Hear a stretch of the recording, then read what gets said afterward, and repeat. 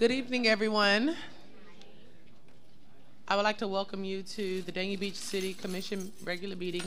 It is Monday, December 11th, and it is 7 o'clock. Call the roll, please. Mayor James. Here. Vice Mayor Harris. Here. Commissioner Brandemart. Here. Commissioner Grace. Here. Commissioner Salvino. Here.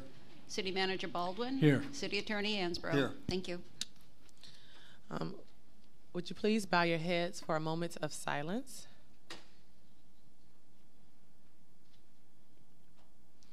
Thank you, and can you please stand for the Pledge of Allegiance? Pledge allegiance to the flag of the United States of America and to the republic for which it stands, one nation, under God, indivisible, with liberty and justice for all. All right, we have a full house today. Again, good evening, everyone, and I want to wish everyone happy holidays and thank you for coming out tonight for our commission meeting. So we'll get right along. Presentations and special event approvals. We have the Dania Beach Marina restroom presentation. Are they here to present? Okay, I was looking for you. Sorry. I was like, where are they? Mayor, after they're through, we're just looking for the commission to choose one of the two options we discussed with you. Okay. Okay. Okay, my name is Tin Woon from Kataya and Associates Architects, and we are here to present the project. Okay. My name is Juan Justiniano, also with Cartaya and Associates. Good evening. Good evening. Thank you. Okay, the project, this is a conceptual design for your existing public restroom renovation and new public showers at the marina. The goals for this project is to maximize fixtures count for the existing public restrooms and design outdoor showers to integrate seamlessly into the existing environment.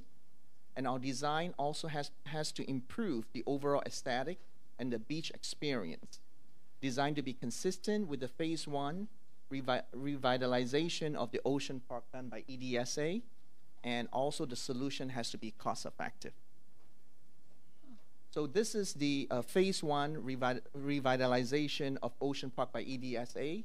As you can see, there's a green belt, all around, and and the North Portal is on one end, on the north end. Right there. So, and our project site is on the very left-hand side, upper top. That's the restroom. Next, please. So again, I'm zooming in. On the right-hand side, you have the North Portal done by EDSA, and you can see the image, the beautiful image up there, right? And our site is on the left-hand side. That's the existing bathroom, and also the island where the beach marker sculpture is located. Next, please. So this is the circulation analysis that we've done. You can see the red, it's the vehicular traffic, and also the yellow is the pedestrian traffic. The beachgoer, how they walk across and use the public bathroom, and they actually cut through the median landscape island. See, next. So here I identify the two areas that I'm going to zoom in to show you a little bit more detail. Next, please. So this is one of the schemes that we've done. You can see at the bottom the landscape median, right? And we're going to have a crosswalk for the pedestrian going from the beach. Sorry, the one before. This is the second scheme. Right.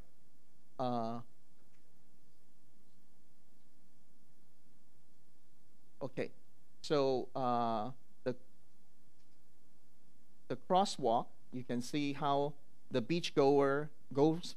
They will go from the beach to the public restrooms, cutting through the landscape median. So in this scheme here, what we've done is, you see the marker sculpture right there. Yeah, that is what you see as you enter, as you come to the beach, and that will be the last thing that you will see as you leave the beach. So we thought that's a very important marker. And in this scheme, what we've done is we integrated the landscape. You can see the landscape, and also the sculpture that have similarity to the North Portal into this landscape median. All right, the second scheme. So in this scheme here, what we show is a linear organization where you have 3 showers and surrounded by landscape, and have this crosswalk cutting through the median. So the next slide, I will show you what we've done to the bathroom. So this is the renovation of the existing bathroom. For the men's restroom, we have added 1 sink, 1 shower, and 3 toilets. And for the women's restroom, we have added 1 sink, 1 shower, and also 3 toilets. And on the right-hand side, you see the circular form. That is the additional outdoor shower deck. And the architecture of that also resembled that of the North Portal. Next, please. So this is the rendering that we've done. We suggest that we clean up the exterior surface and give them new paint, and have new canopy installed, an identification, a restroom sign above, and a very prominent Dania Beach logo up front. And on the right-hand side, you could see the public shower, and it's similar to the one that in North Portal. So the whole design is cohesive and consistent. Next. So this is driving to the beach. You see on the left-hand side that marker, the sculpture marker, and landscape. What we do there is also have the indigenous landscape like your North Portal, and at the back is where the shower is integrated into the landscape, so you could barely see it from this angle. Next, please. So this is what we show. What we show here is an opportunity for a new logo. Yeah, so I took a stab at this. It doesn't have to be like this, but just to show you, this will give the beach a fresh look. Next. And this is the integrated shower at the landscape median. Next. So we also look at the budget, the order of magnitude cost estimate for the conceptual design. The existing restroom area would cost about $200,000, and the the landscape South Portal area is going to cost about $180,000. So this is very, very initial order of magnitude cost estimate. All right. Do you have any questions? I know. You're looking for direction on which one we want to go with? Correct. Well, I chose number 1, and I chose number 1 because if you can go back to number 1, please. It had area to sit on both sides and to place your items on both sides. Right there, it split the showers on both sides, and then you had benches and sculptural benches and things like that, and sitting areas on both sides. Versus number 2, go to number 2. You had the 3 showers in a row, and then you only have that one space. Correct, on the right-hand side. Right, on the right-hand side, on the east side, or the north side, should I say, to sit. And so for that reason, option number 1 would be, that's what I'm going to go with. And we do have a new logo, so okay. We'll have to give that to you to put into your presentation. Okay, good. Commissioner Grace? As we sat in on 1 and 1, I think you could find that was the consensus that I was going with, also number 1. The marker, and I believe that came from AMO, and I'm just taking a stab at it, but I think that since we're going with the new branding we need to come up with something more modern than what we have out there now. I think this is definitely needed. It's an upgrade. It's long overdue, and we need to move forward with it. Commissioner Brandon Marty? Yeah, I agree on that AMO banana stand in there. It also is the same one that's down in Key West for that mile marker. I don't like that. Commissioner Salvino? I don't like that. Okay, so, but they need to know, which option we're going with. Where we at now? It's I either mean, one or two. It's either one or two. Yeah.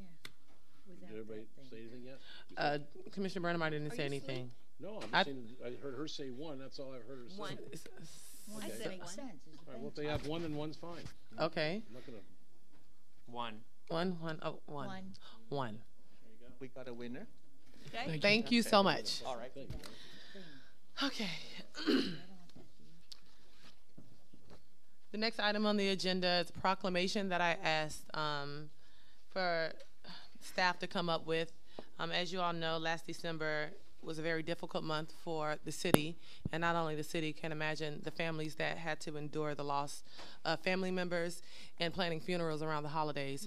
And so I asked city manager and the assistant city manager to come up with a proclamation so that we could not only honor the people, the children, and the young man that was whose life was senselessly taken last December, but to present their families with some support and a proclamation, and to honor them on this December. So I will read it, and then I will invite the families to come if you would like to say a word or not, or come down and take a picture with the commission. So it says, whereas many cities across the United States of America have been ravaged by violence in their streets, parks, schools, and public spaces, and whereas the city of Dania Beach and its people were aggrieved over the useless and senseless violence that shocked our city during the month of December last year that claimed the lives of residents Christopher Jordan, age 25, and Rashid Cunningham Jr., age 8. And whereas violence and violent crime takes an enormous economic toll on the community, and the intangible impacts on the community are greater, including pain and suffering of victims, distress of the families of the deceased, decreased quality of life, and psychological distress. And whereas the city of Dania Beach rejects violence in all its forms and has taken a stand against violence in our community, now therefore, on behalf of Dania Beach City Commission, I, Tamara James, the mayor of the city of Dania Beach, Florida, do hereby proclaim the month of December 2017 a month of memorial in honor of the lives of Christopher Jordan and Rashid Cunningham Jr. Signed, the mayor. So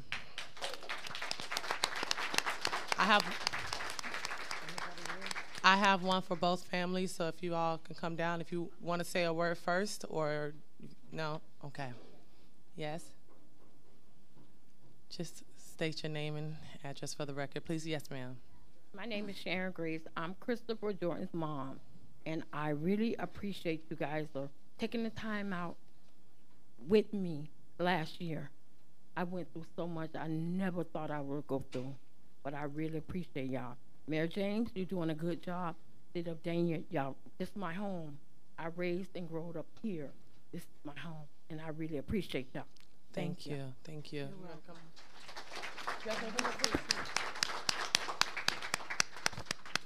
You guys want to go down and take a picture? I'm going to have you speak. Oh, you coming up to speak? Okay. I am Parisha Greggs, the mother of Rashid Cunningham Jr. I just want to say thank you. Thank you. You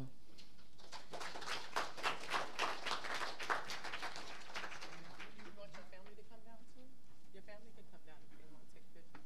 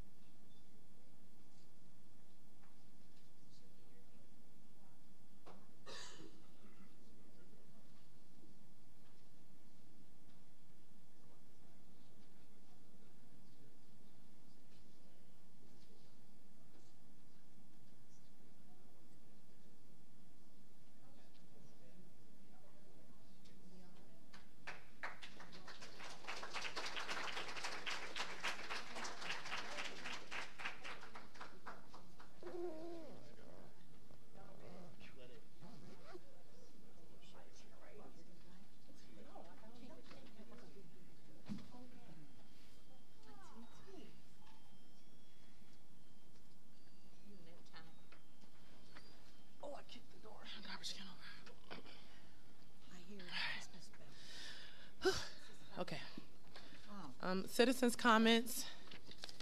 If you guys wish to leave a comment, there are papers outside that are right to the right.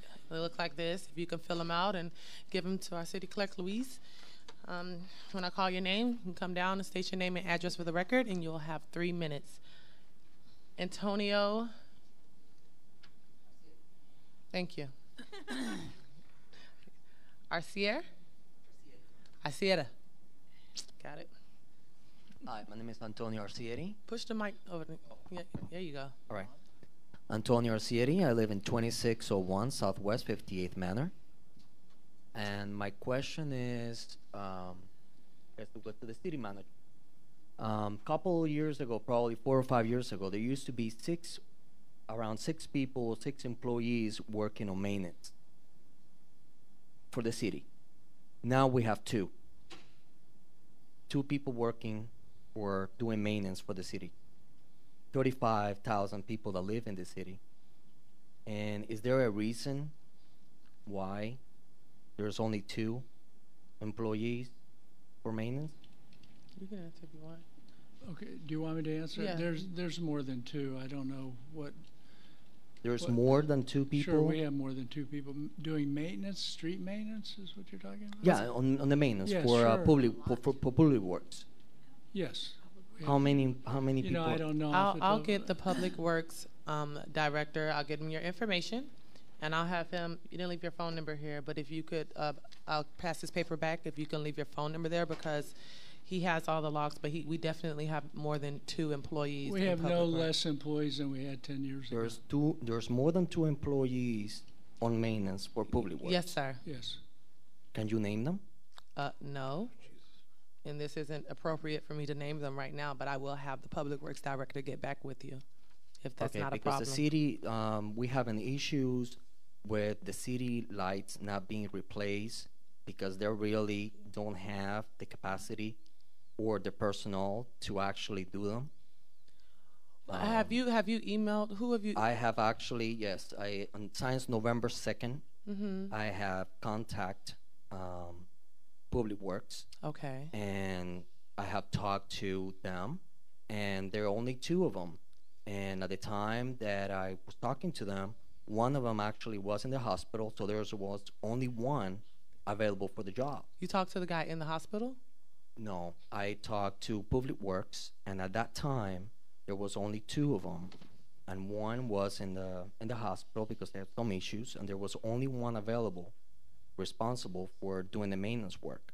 Okay. Well, I'll have my email address is on the website. If you send me an email with your phone number, I will be sure to call you and get to the bottom of this with you. I can assure you we have more than 2 employees in our Public Works department. I can assure you that. I've been there before, and I quietly know that we have more than 3 in the And I Public know Works there are no department. less than there have been for the past 10 years, employees. And so, Maintenance. please give me your email. I don't have your phone number here. How about this? I'm going to pass this back down here. Leave your phone number, and I'll give you a call, okay? Okay. Okay. problem. Thank you. Karen Fernandez.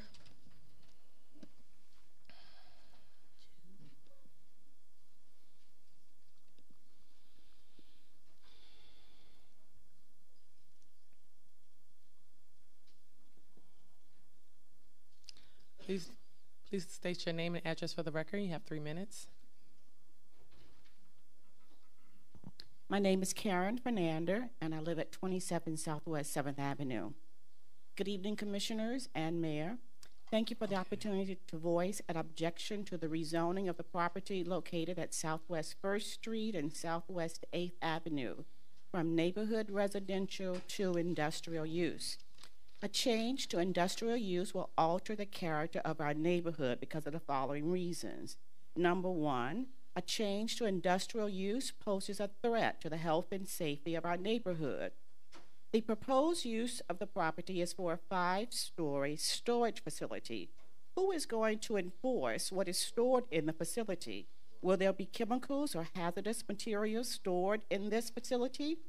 Let me remind you that within the old Camp Blanding, there are citizens who complain of respiratory problems because of air pollution or something that escapes from the warehouses that are adjacent to their homes. Before the warehouses, the residents enjoyed life and health. After the warehouses, some residents began to experience unexplained respiratory illnesses. Must someone die or become permanently disabled before the City Commission realizes that residents need to be safeguarded from industrial use projects?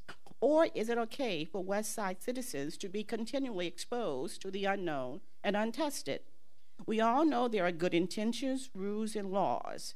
Good intentions do not always make good results, and rules and laws are not followed every single day. Number two, the scale of the proposed use of this property is too extensive.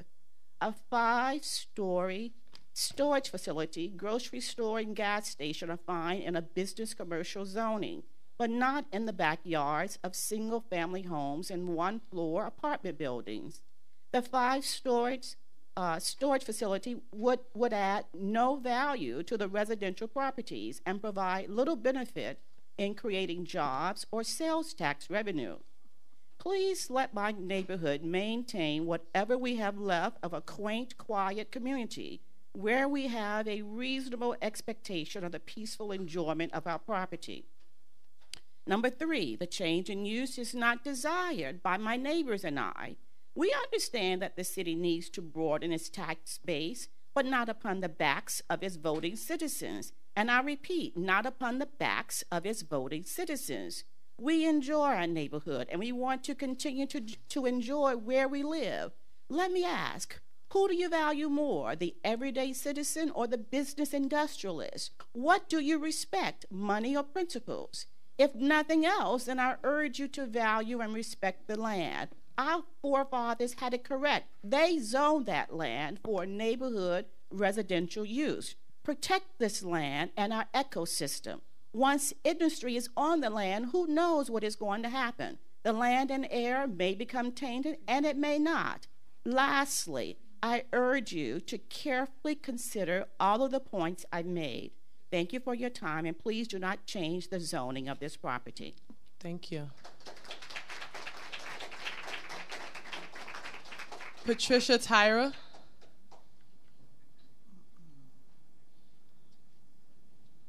Please state your name and address for the record. You have 3 minutes. Patricia Tyra, 2912 Southwest 54th Street in the Estates of Fort Lauderdale. Hi, everybody. I actually will be relatively quick. I wanted to speak about solar lights. As you will recall, when we joined Dania Beach, we had the opportunity to have solar lights installed in our park, 24 streets. Currently, we continue to have the problem they're not working. They're not working for weeks on end. They get worked on, and then they don't work again. I do know that the employee that the city had last year retired, so I don't know if that's created the dilemma for what's going on, or the fact that the solar lights are old enough that certain parts of them absolutely need to be replaced, and maybe that's not in the budget. But right now, quite interesting, the 2 lights that are right outside our clubhouse haven't worked for weeks and weeks and weeks. So something needs to be done to sort of look at what's going on with solar lights in our area, please. Thank you. We'll have Ronnie. Where's Ronnie? Oh, hi, Ronnie. We'll have someone get in contact with you as far as your solar lights. With the office. I've given up that job. I'm no longer calling it in. The office is calling it in and has been for the last 2 years. I just get the calls from people who say, still not working. They came and they fixed it, still not working. Okay. Ronnie, thank you. We have someone. Secondly, I would like to encourage maybe the city manager. One of us tripped over the electric wire lighting the tree as we came in from the garage tonight. It absolutely needs to be addressed that the exit entranceway from the garage has the electric cord to the tree. It either needs to have a little tripod, or it needs to be taped, or it needs something. Thank you.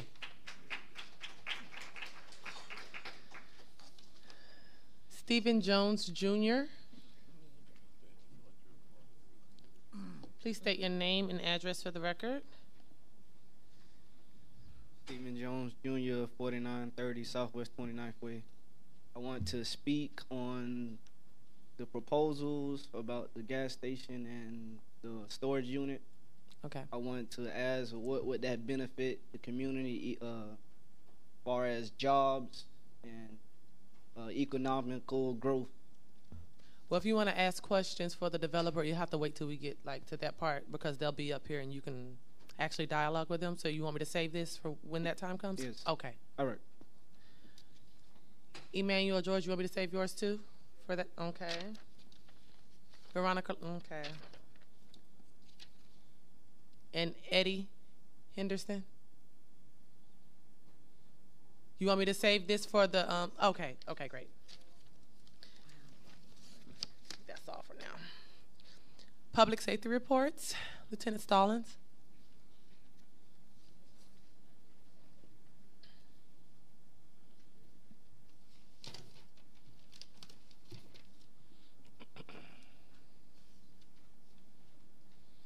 Good evening. Good evening, Mayor, Vice Mayor, Commissioners. Captain Mark couldn't be here because he's vacationing in Las Vegas. Must be nice. Must be nice. As you know, we respond to various things around the city, and we get calls for every little thing. Some things may be small and some things may be big. However, the biggest problem that we're having now is the vehicle burglaries. And looking at statistical data, we've gone up 29% from year to date in what we've had last year. And thefts. Thefts could be anything from someone taking something from a store, someone's taking a bicycle, someone's just taking something that belongs to someone else. And we've gone up 34%, and which is a high number, something that we definitely are concerned about. But just come to think about it, with burglaries and thefts, those are crimes of opportunity. And when we don't lock our doors, and when we leave valuables on, when we get used to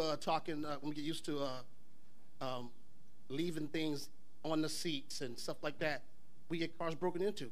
And a lot of times, like I said again, it's unlocked doors. 60% of our burglaries have been unlocked doors. You know, and so we're trying to conquer that. We've got operational plans in place, marked patrol, unmarked patrol plans that's in place to try to combat that problem. Homelessness is also an issue. When you have homelessness, you have panhandlers. And we've been working hard to try to eliminate those also off our street corners. In talking to the panhandlers, we've actually made a couple of arrests for outstanding warrants. And so the guys and girls with the Broward Sheriff's Office have been doing a really, really good job as far as taking care of that problem. I want to talk about one incident that we had on November 27th. At about 9 o'clock in the morning, we had two deputies responded to Wells Fargo, 5991 Ravenswood Road, reference to a bank robbery. Somebody came into the business and handed the teller a note. And it says, give me all your money in your drawer, no die packs, and no one gets hurt. And he took about $800. The teller talked about how she was extremely in fear and nervous when this guy came in. Again, it happened at 9:28. At 10:35, Sergeant Comitas spotted the subject in the 3000 block of, it was 3022 North 30 Road in Hollywood. He spotted a guy by the name of Frederick Stern. Stern attempted to run from him. He was immediately captured and taken into custody. In his possession, he had the money, and also too matches the description of all the surveillance video that we had in the same clothing. So he was taken into custody.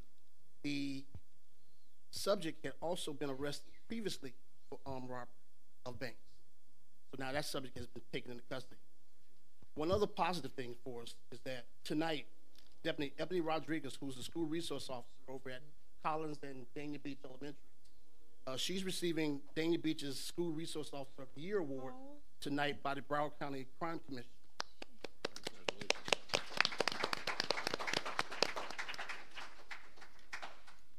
On Wednesday, Deputy Detective Corey Vitale will be recognized as Dania Beach's Deputy of the Year by the Chamber of Commerce for his dedication and hard work. And Corey has been one of our detectives that has been doing a phenomenal job trying to remove the opiate problem that we're having, around Broward County. Corey has been recognized for his hard work. And so again, on Wednesday, he'll be receiving the Deputy of the Year Award from the Chamber of Commerce. Also talk about some other good things that we're doing. On Friday, the 15th, Crime Prevention Unit, which was Unit of the Year, Crime Prevention Unit of the Year, they're doing a wish list. They took 6 kids, selected students from Dania Beach and Collins, and they're going to provide those kids with a gift for Christmas, and they're going to hand deliver the gift to each child. On the 22nd, they're going to be doing gifted instead of ticketed, and they're going to randomly just pull over cars and hand that child, that person, a gift. I have a red Lexus. What time? We all, like I said, again, with Christmas right around the corner, we just want to make sure that the residents know of that. Same thing applies with vehicle burglaries. You know, we want to make sure that you keep items out of plain view. Shop with a friend as possible. Don't go alone. Be with someone. Again, do not place items in your vehicle and then re-enter the mall. You go into a store, you place items in your cart, and you walk back in. You never know who's watching. So we want to make sure that that's taken care of. And they lock the doors, like we said earlier. Packages that's being delivered.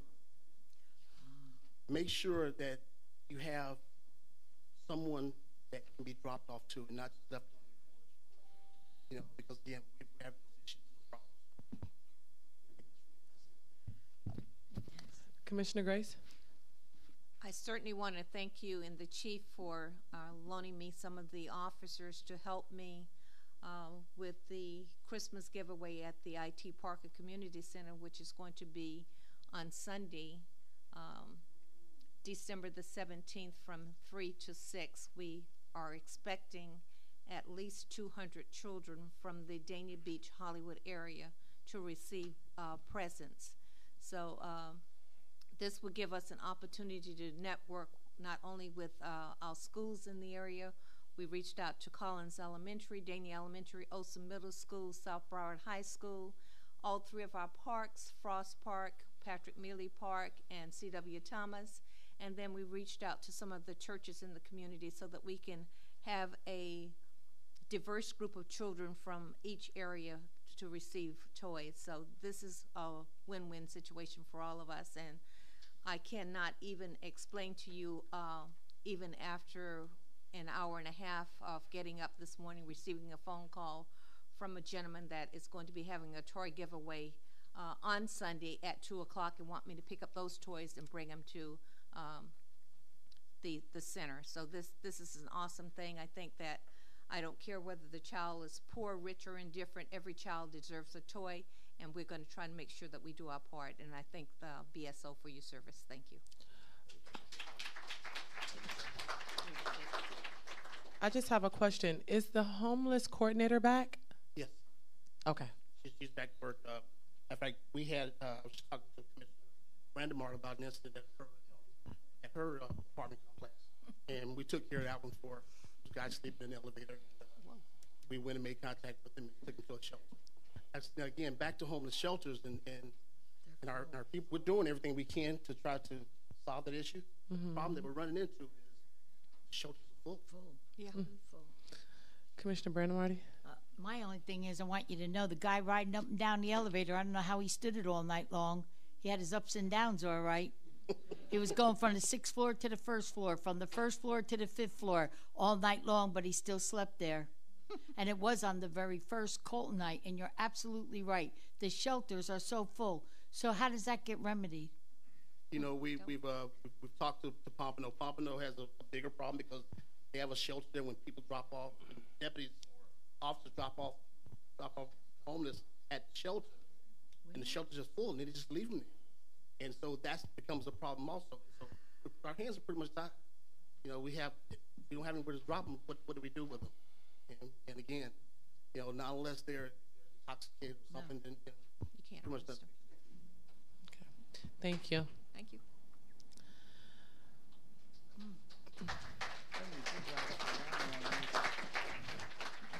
Y'all in a friendly mood tonight. Yeah, what happened? Consent agenda, do we have any pulls? motion to approve. Second. Call the roll, please. Commissioner Brandemart? Yes. Commissioner Grace? Yes. Commissioner Salvino? Yes. Vice Mayor Harris? Mayor James? Yes. Thank you. Sorry. Bids and, I pushed my button. oh, go ahead. Bids and requests. 8.1 is a resolution of the City Commission of the City of Dania Beach, Florida, authorizing the proper city officials to award a bid related to invitation to bid ITB number 17-007 to Hartzell Construction, Inc. for the design, permitting, and installation of community bus shelters in an amount not to exceed $70,451, providing for conflicts, further providing for an effective date.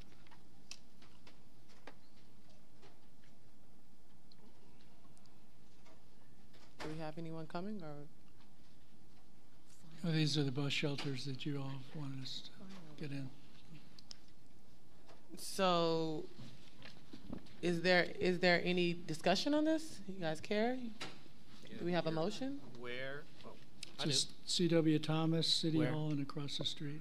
In front of Say the- it again. C.W. Thomas, City Hall, and across the street from City Hall. Those are the three for this. Does this have anything, or is any consideration in progress for us as we move the bus shelter from in front of the Morrison Hotel, or is this? I was gonna told be- the hotel is actually going to move it. Oh, okay. That's what I was told today, that they are Now, are we actually. gonna moving it. relocate that, or it's just gone completely? I'm not sure of that right Okay. now. I heard that it was going to be relocated. Now, are we not sure if it's going to be relocated, or they're going to just take it altogether? Oh, Ronnie knows. I know they didn't want that bus shelter where it is. So. Oh, yeah. Well, I Got definitely someone? won't be in favor for them not relocating it.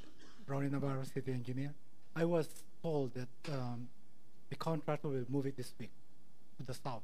So they're going to move. Okay, so they're going to relocate it. They're okay. just waiting for some replacement parts for the bus shelter. Okay, thank you. So do we have a motion in a second? So moved. Second. Call the roll, please. Commissioner Brandemart? Yes. Commissioner Grace? Yes. Commissioner Salvino? Yes. Vice Mayor Harris? Yes. Mayor James? Yes. Thank you.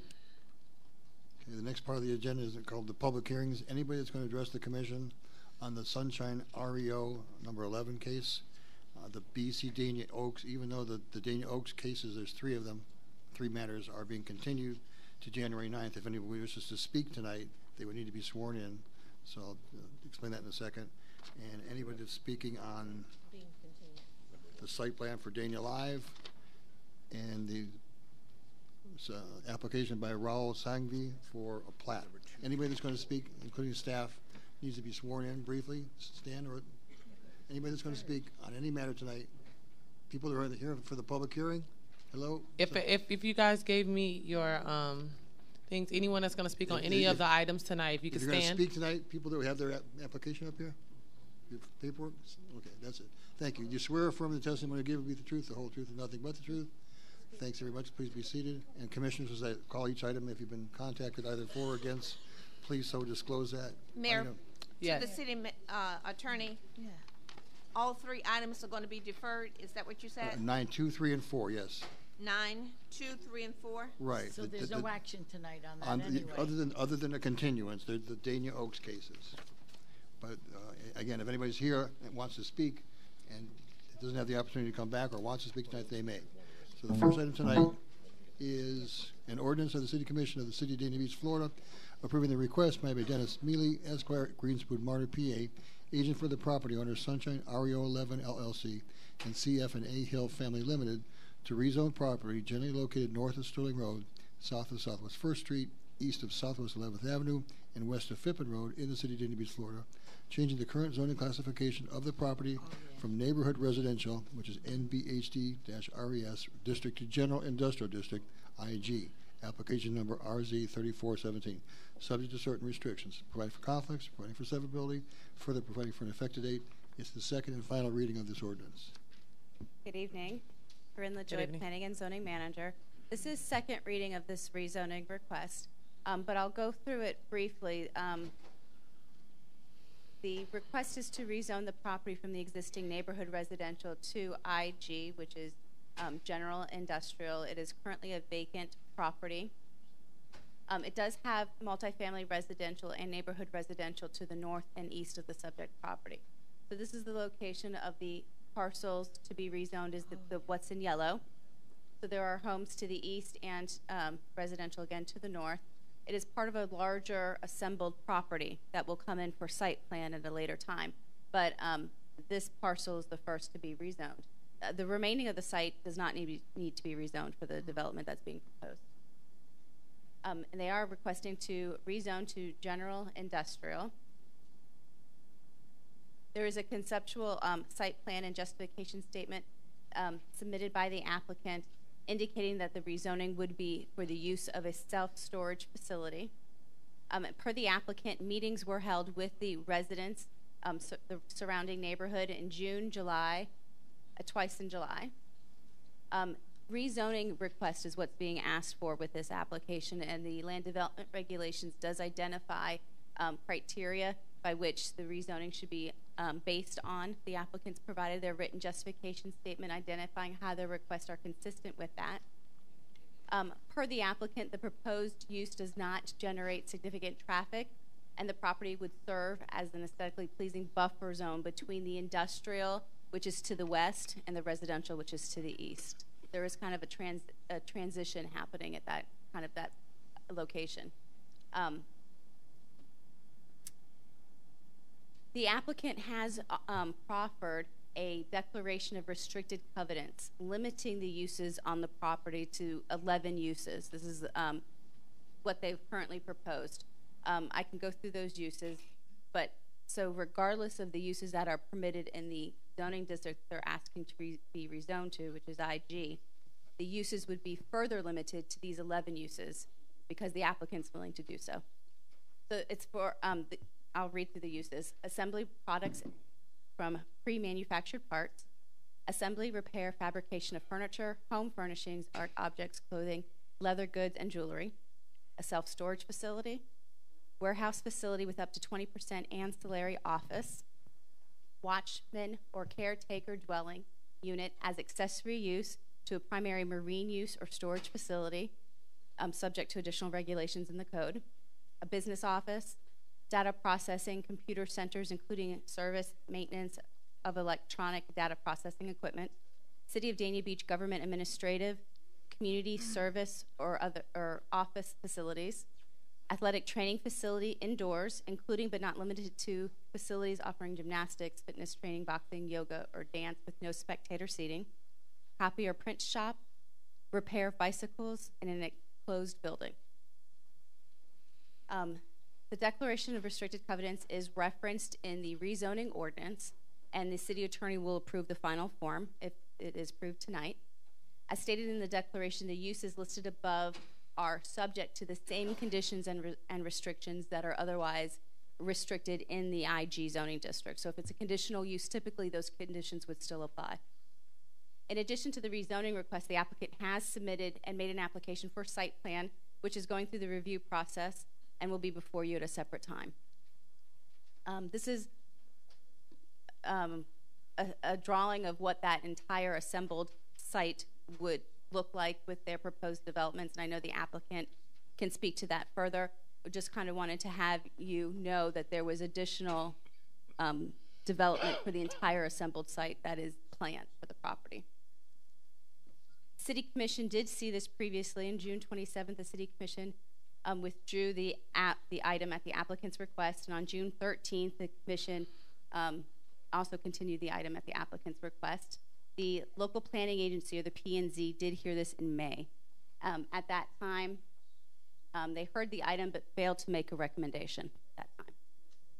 Staff recommending approval of the second reading of the rezoning, and I know the applicant's here to answer any questions you may have.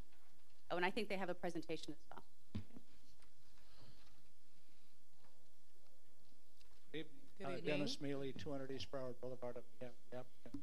Before I go to our presentation, I want to just go back to some of the stats. So we're requesting. Can you speak into the microphone, please? Okay. Thank you. We're requesting a rezoning to IG, but what we've done, and we often do this when there's a zoning district that has a bunch of uses in it that go beyond what we actually need, is we do a restrictive covenant to rule out other uses that would normally be allowed. zoning district. So what Ms. LaJoy showed you, is these are the 11 uses from IG that we're requesting. There are many, many more IG uses that we're prohibiting. There's only, I've heard in the discussions that we've had with neighbors and others, that there's been a suggestion, why not go with IR instead of IG? And so there's only 2 uses on this list, I understand, talking to staff, that would not be allowed in IR. And that would be number 2 and number 8. And so we would be willing to remove number 2 and number 8 from our list of permitted uses so that we are generally basically like IR. So I just wanted to show those. So we would eliminate assembly, repair, and fabrication of furniture, home furnishings, art objects, clothing, leather goods, and jewelry. And we would eliminate City of Dania Beach governmental, administrative, community service, or office facilities. Those are the only 2 on that list that wouldn't be allowed.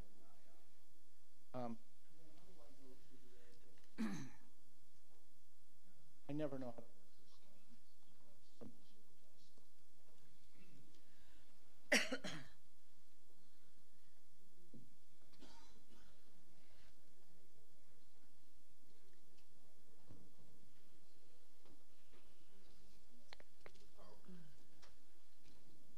There we go. Thank you. Just a few quick slides. So you see our site. The yellow is the portion that is subject to the rezoning, and then the yellow and red together are the subject of the site. So again, the red is already zone C3. The yellow we're proposing to rezone to IG. Just a couple of points. We are not proposing a gas station on any portion of this property. I heard a concern about a gas station earlier. In terms of the red area, we're proposing an Aldi grocery store and also a multi-tenant retail building. So, you know, restaurants, retail shops, etc. No gas stations proposed. In terms of the items that are of benefit to the community, first of all, we understand that this area is not well served today with groceries. So by putting Aldi in there will be a food store that people can walk to or drive a short distance to, as opposed to having to go farther for those groceries. And then the multi-tenant retail building will have a variety of local service and retail offerings.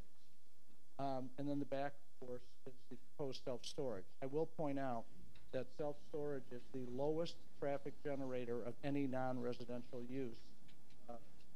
Traffic engineers generally find. I'm sorry, I'm not doing well on speaking into the microphone.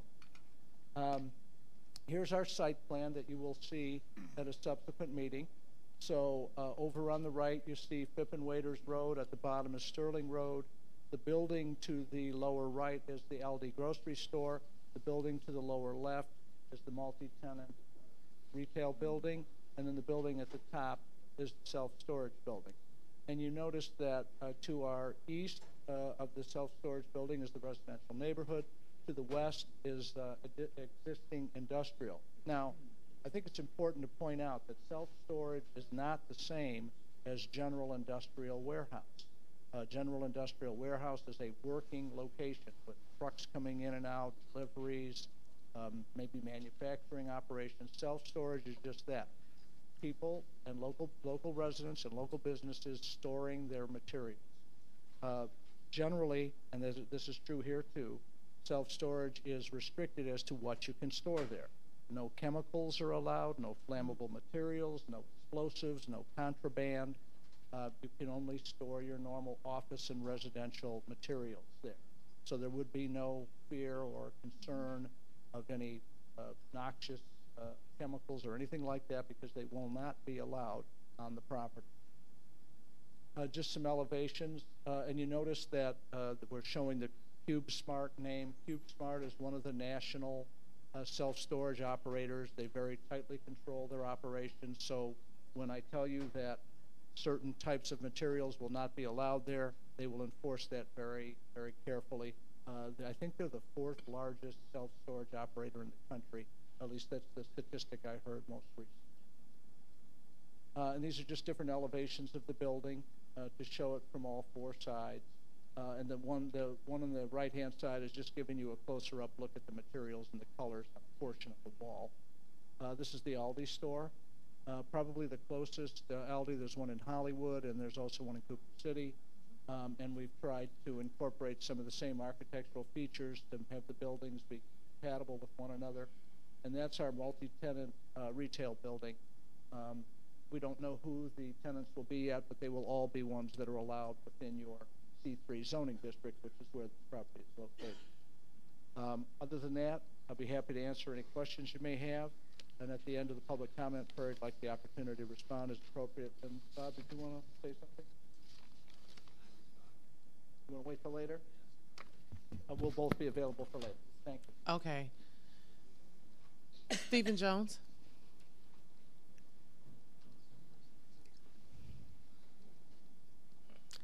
Please state your name and address for the record. Stephen Jones, 4930 Southwest 29th Way. Well, he basically answered everything I needed to know, but with the self-storage unit, how many jobs would that create?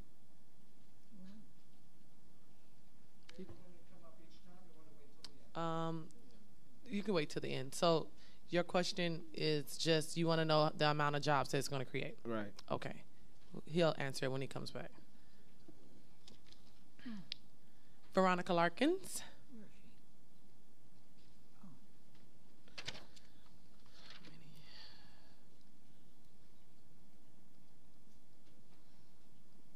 Please state your name and address for the record. You have 3 minutes. Thank you. Good afternoon, Mayor and Commissioners. On the behalf of Veronica West Larkins, 211 Northwest 12th Avenue, Dania Beach, Florida. I thought it was such a great idea to take some of those palm trees that we have sitting on Sterling and Pippin Waiters Road and see can we move them over there where Irma really messed us up on the beach and have us a nice restaurant, a nice grocery store, a nice gas station where I don't have to drive so far, but we're no longer having a gas station. That's understandable. And he also explained that there would be no hazardous materials there. And I'm awaiting, and I'm all for it, and I hope that it really happened tonight, that it be passed. And thank you very much. Thank you. Thank you, Veronica. Eddie Henderson.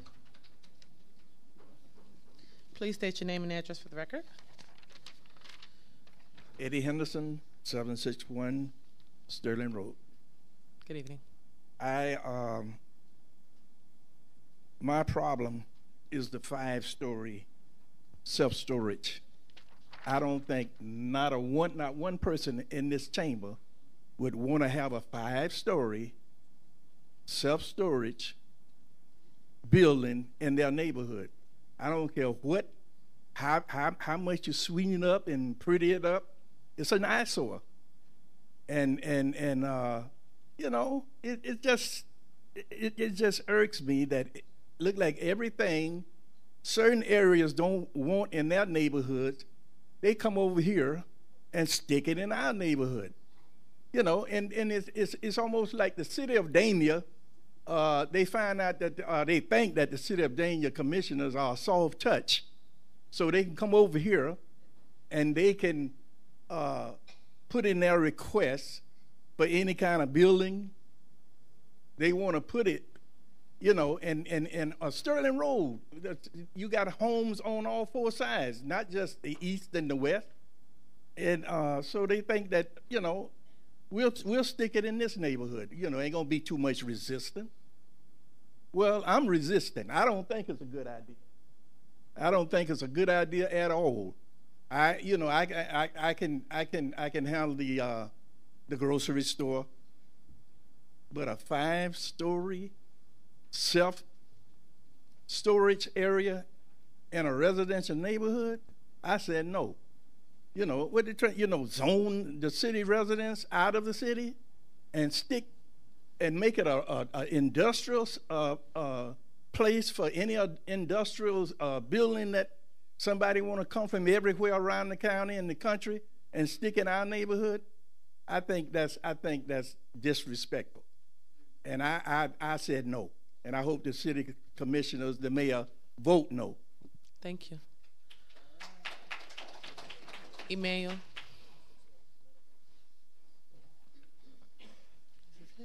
Please state your name and address for the record. Emmanuel George, 17 Northeast 2nd Avenue, Dania Beach, Florida.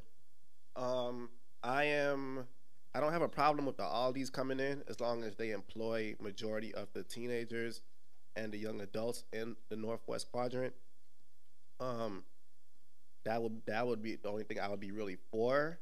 The Cube Smart storage space, it honestly feels like it's pointless because we already have storage spaces all throughout Dania and in Hollywood.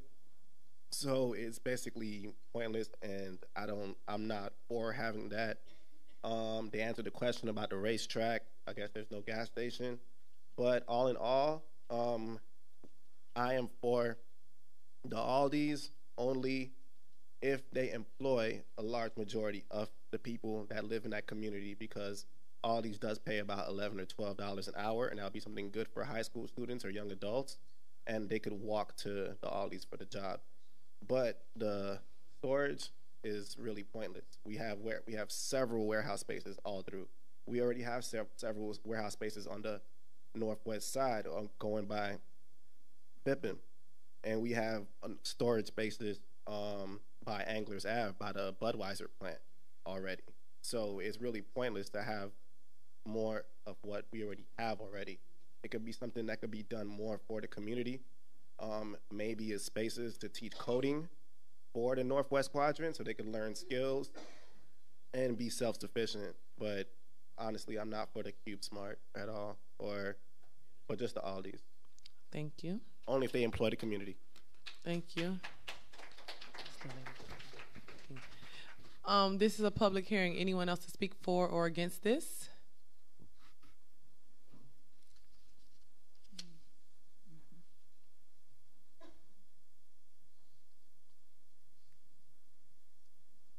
Good evening. Good evening. Please state your name and address for the Mayor record. and Commissioners. My name is Rodney Collins, and I live at 24 Southwest 5th Avenue, Dania Beach, Florida. I oppose the rezoning of this particular parcel of land for several different reasons. One of those is that it is unnecessary to have an industrial use zoning for those properties already. The proposed uses in the restricted covenants that they have are already there available to them under the current zoning that we have. I'm aware of a memo of September 17th, September 20th, 2017, which talked about the uses of a neighborhood mixed use, which is what it is right now. And in there, in the very last one, it says, warehouses, including self-storage warehouses, industries, and manufacturing use. That's already there.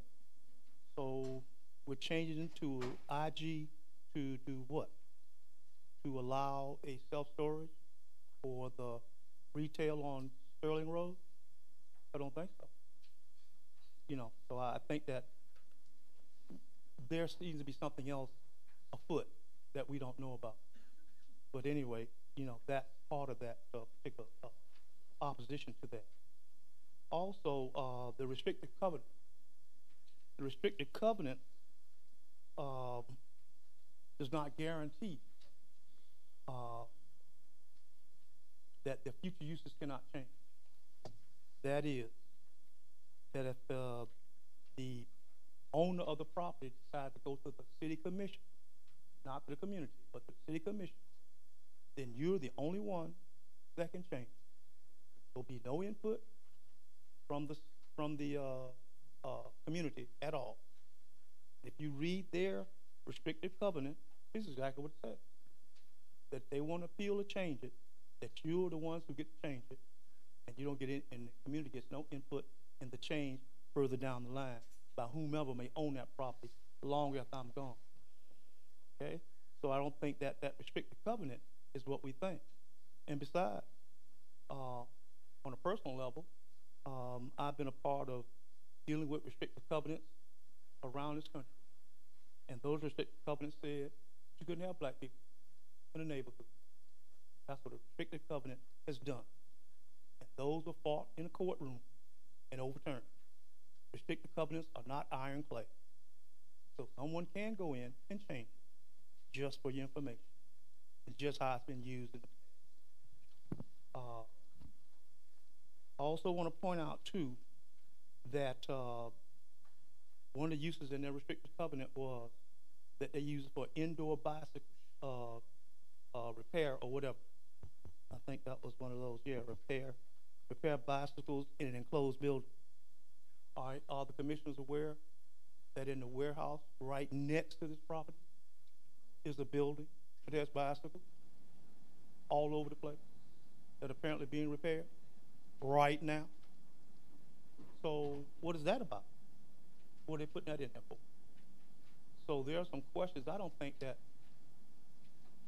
this has been thoroughly vetted. I don't think that this has been thoroughly investigated.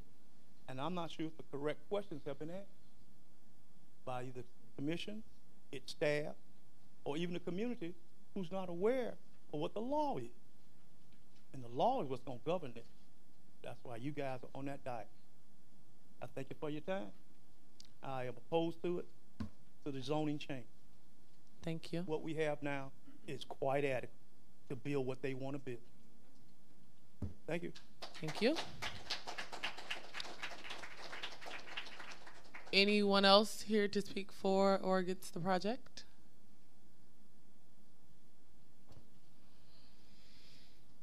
Again, Dennis Mealy on behalf of the applicant. Let me just address the questions. The self-storage does not employ very many people. The major employment at this site is going to be at the Aldi and at the local retail. And we always make an effort to try to offer jobs to people that live close to the site. Secondly, the current zoning is NBHD. It does not allow the uses that we're proposing here. I just looked on the chart in your code. The NBHD is a residential district. As for the restrictive covenant, when staff was giving you the staff report, they indicated that the restrictive covenant has to be acceptable to the city attorney. So if there's any language that we're missing that the city attorney wants added, we will add it. The procedure for the amendment of a restrictive covenant is it has to come back to the same agency that approved it to begin with, which is you. So if you approve this rezoning, the restrictive covenant accompanies that. If we want to make any changes in the future, we would have to come back here. If you want to incorporate some notice provisions into such a request, like you have same notice provisions you have for rezoning, so people have the same opportunity, that's fine. We're not planning to amend it, but if we come back and ask to amend it, I think it's only appropriate that neighbors within the notice distance have the same opportunity to weigh in on that as they would on the request that we have here this evening. As for the need for the self-storage, like I mentioned, CubeSmart is one of the major national self-storage entities. We've done a market study to make sure that there is a market to do this. The last thing you want to do is build a building like this and determine that you have no market for what it provides. And there is the vacancy rates at the existing self-storage facilities in the area are very low, and there's a very high demand for more. That's why we're proposing to do it. If you have any questions that we have.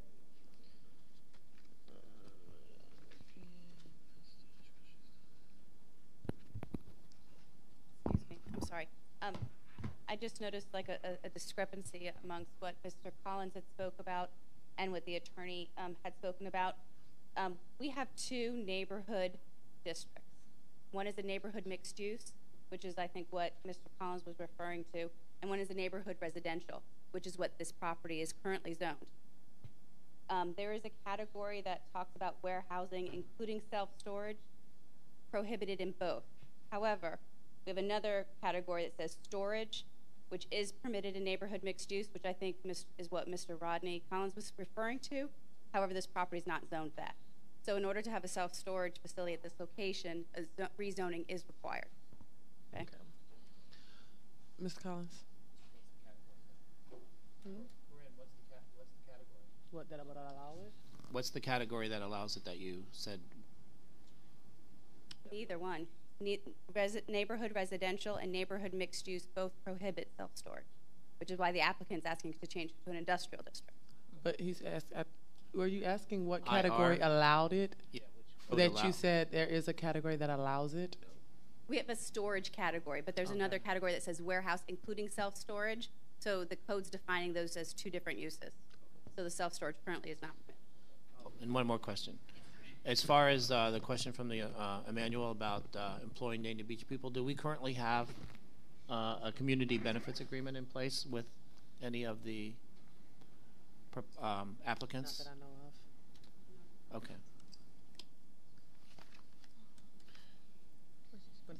My name is Rodney Collins. I reside 24 Southwest 5th Avenue, Dania Beach, Florida. I guess since someone has pointed out the inconsistencies of supposed inconsistencies of what I said, let me point out some of the inconsistencies. Cube Smart, the place that the people that they're talking about putting something in. Does anyone know that they have 2 storage facilities in Dania Beach already? Yes. Do you know that none of those facilities are 5-story? Yes. Anybody aware of that? Anybody know where they're located? Yeah, that's Okay. So why does Q Smart need 5 stories in an area that abuts a residential area when there are 2 other storage units that they have in the city of Dania Beach, which are industrial areas, don't have 5 stories? What's the 5 stories for? What are they putting in there? Okay. Also, one of the things that we're talking about rezoning. Why do we need IG? If they're Cube Smart places that they have their zoning are not IG. Anybody notice that? Check with your staff. They're not IG either. So why do we need IG there? I mean, we seem to be chasing after what we want instead of what we can do.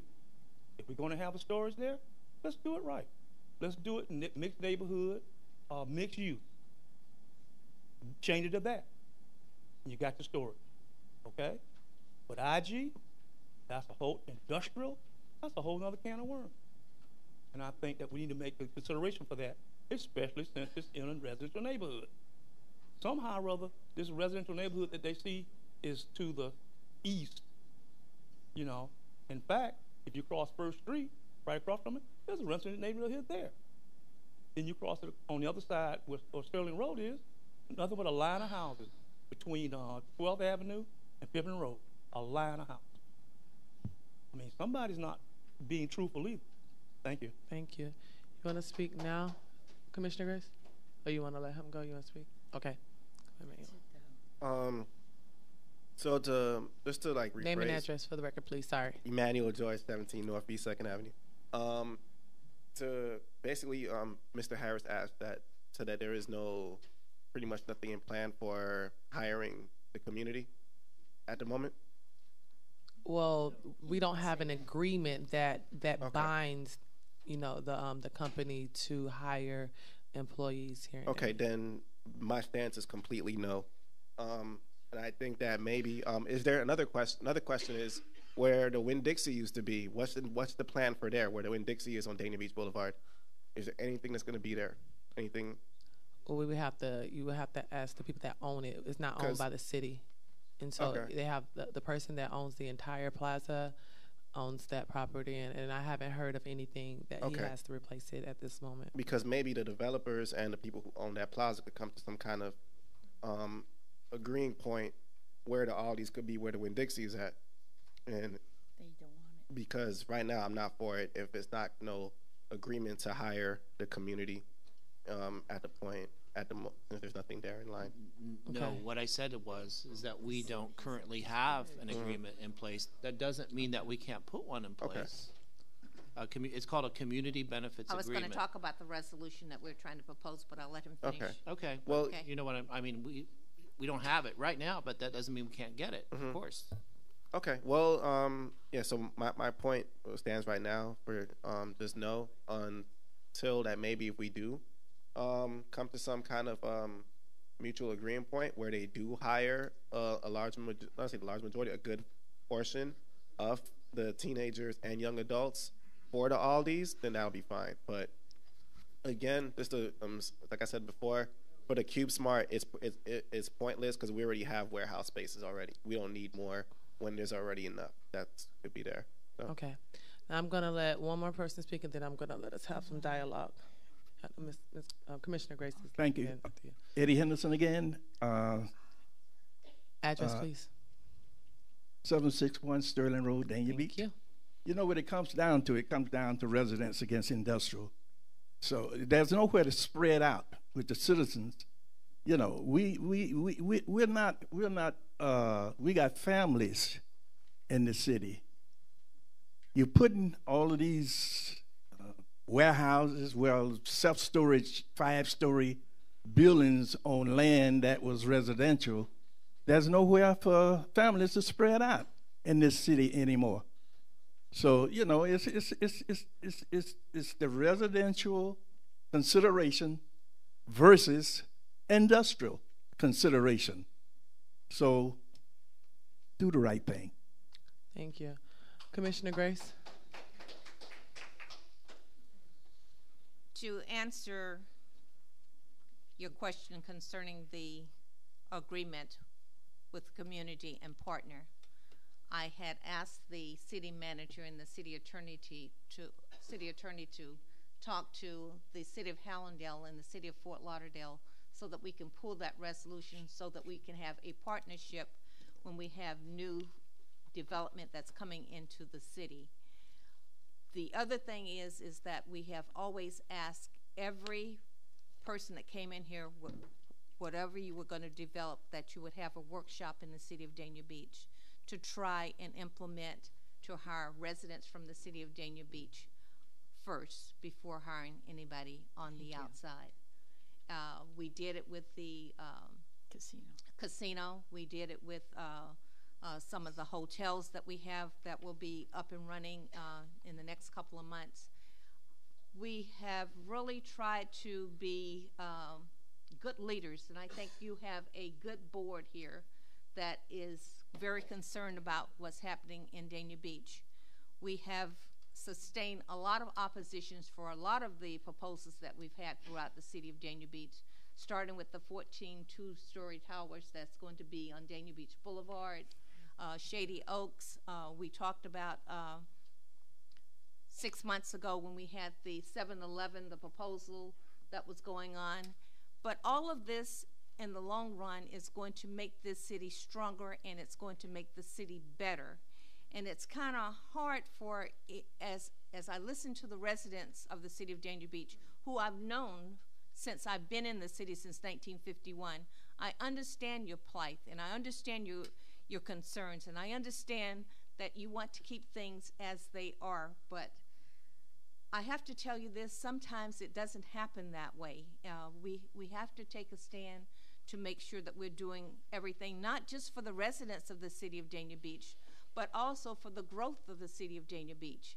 This city is going to grow substantial in the next 3 or 4 years, where we're going to have an additional 3,000-4,000 people with all of the industrial, the new entertainment center, Dania Point. But it's not negative, it's positive. There are certain things that are in the parameter of Dania Point that we had to iron out with the citizens of the Northwest Bird Point. Mm-hmm. I think that they did that when they had the 2 meetings with you concerning you didn't want the gas station, and they heard you and they understood that you didn't want it. I don't think that there is a problem with the grocery store, and also I don't think there's going to be a problem with the storage. So that is how I feel right now. Commissioner Brandon-Marty? Yes. We've heard it all come before us, and in the end, we must make the decision that benefits everyone in the city. We've had people come and say, oh, I bought my house 20 years ago because there was an empty lot next door. Cut me a break. If that's why you bought your house, move out of town. Nobody says it's going to stay empty forever, and nobody promised you that. But it was interesting to the young man over there, because I love listening to you. You're at every meeting, and I love it. First of all, let me tell you what we do. When we hear a business is coming into town, the very first thing that this commission says is, how many jobs are there going to be for our residents? We had the job fair here, and the line was way out the door for the casino. But that's as far as we can go. But you know, you mentioned Aldi's. I'm disappointed in the fact that we were told on the East that Aldi's was coming into Winn-Dixie. So we all talked about it throughout the neighborhoods, how great it was, and we thought it was going to be great for our children that are of a working age to get the jobs there. They're not. So what if you don't get a job in this storage unit? I'd rather have a job at Aldi's. They pay good money. And those storage units aren't like a person from this town and that town getting together. That unit is for this. People move to our city. Maybe they're downsizing. Maybe they have memorabilia that they don't want to throw away. I don't own such things. Everything's going out because I know when I die, my kids are going to throw them out, so who the hell cares? But these people, they care about it. They care about the collection of coffee cups or teacups. They care about albums. And they have no place to put them, so they go to this storage facility. It isn't that it's going 24 hours a day, is it? Is this a 24-hour-a-day facility? If you call me a liar, my answer is no. Not a 24-hour-a-day facility. Good. Okay, you won. So anyway, if it's a 24-hour, in fact, we just had that somewhere. And people were right. They didn't want trucks or cars pulling in at all hours. But if somebody wants to keep the memories of their past, so what? It's not going to hurt you. When you think of what else has the right to be built there, thank the Lord. And I mean that. And that's on a lot of projects in this city. When you could get the lesser of the two evils to legally be on those premises, go for it, is what I say. Because that empty lot isn't going to stay empty. It's not, empty lots are nothing on the taxpayers' rolls. You must build. And as far as industry goes, I'm all for it. In the right place. Where? A storage facility? I wish we did, because I'll tell you why. I live in a 6th-floor condo. Okay? Our storage units are the size of, do you remember years ago those old-fashioned telephone booths they had? Mm-hmm. That's I worked it. for that company. What? Now we're not friends anymore. She worked for that company. Well, that's the size of what we got. So we were forced to throw out things that meant something to us from our mothers and our fathers. We have no family here. Back row, my brother, he could tell you the same thing. He just moved here. We had to throw out things. I would have loved to have gone to your facility, but I always thought that it wasn't the kind of facility that you described. I thought it was the padded lock and people coming in and out all hours of the night, and I would be afraid unless I was carrying a gun to go to it. And that would be different, then I don't go there. But yes, sir, I wouldn't complain about it. Look at the people that came forward and complained about having 2 gigantic buildings, the COM project, right behind me on Dania Beach Boulevard. I voted for it. Why? Because the city must move ahead. And with all the new hotels going up and the people that are moving here, they need his facility. Any more discussion from up here before I say something? Okay, I'll speak on it. I've spent all day today and this weekend, and I was a part of the initial community meetings that happened with this, and I've received countless amount of phone calls today in opposition of this project from the residents right there from the Northwest section. I do think the developers have done a great job with Dania Point and what they have built there before I have gotten here to this seat. I do think that the concerns of the residents are valid concerns. This is a neighborhood that I live in too, that I grew up in, and so to see us not at a place of calm waters is a bit disturbing for me. Anyone up here knows that I am community first, and every developer that comes into here, I ask them to go out into the community. This developer has done that.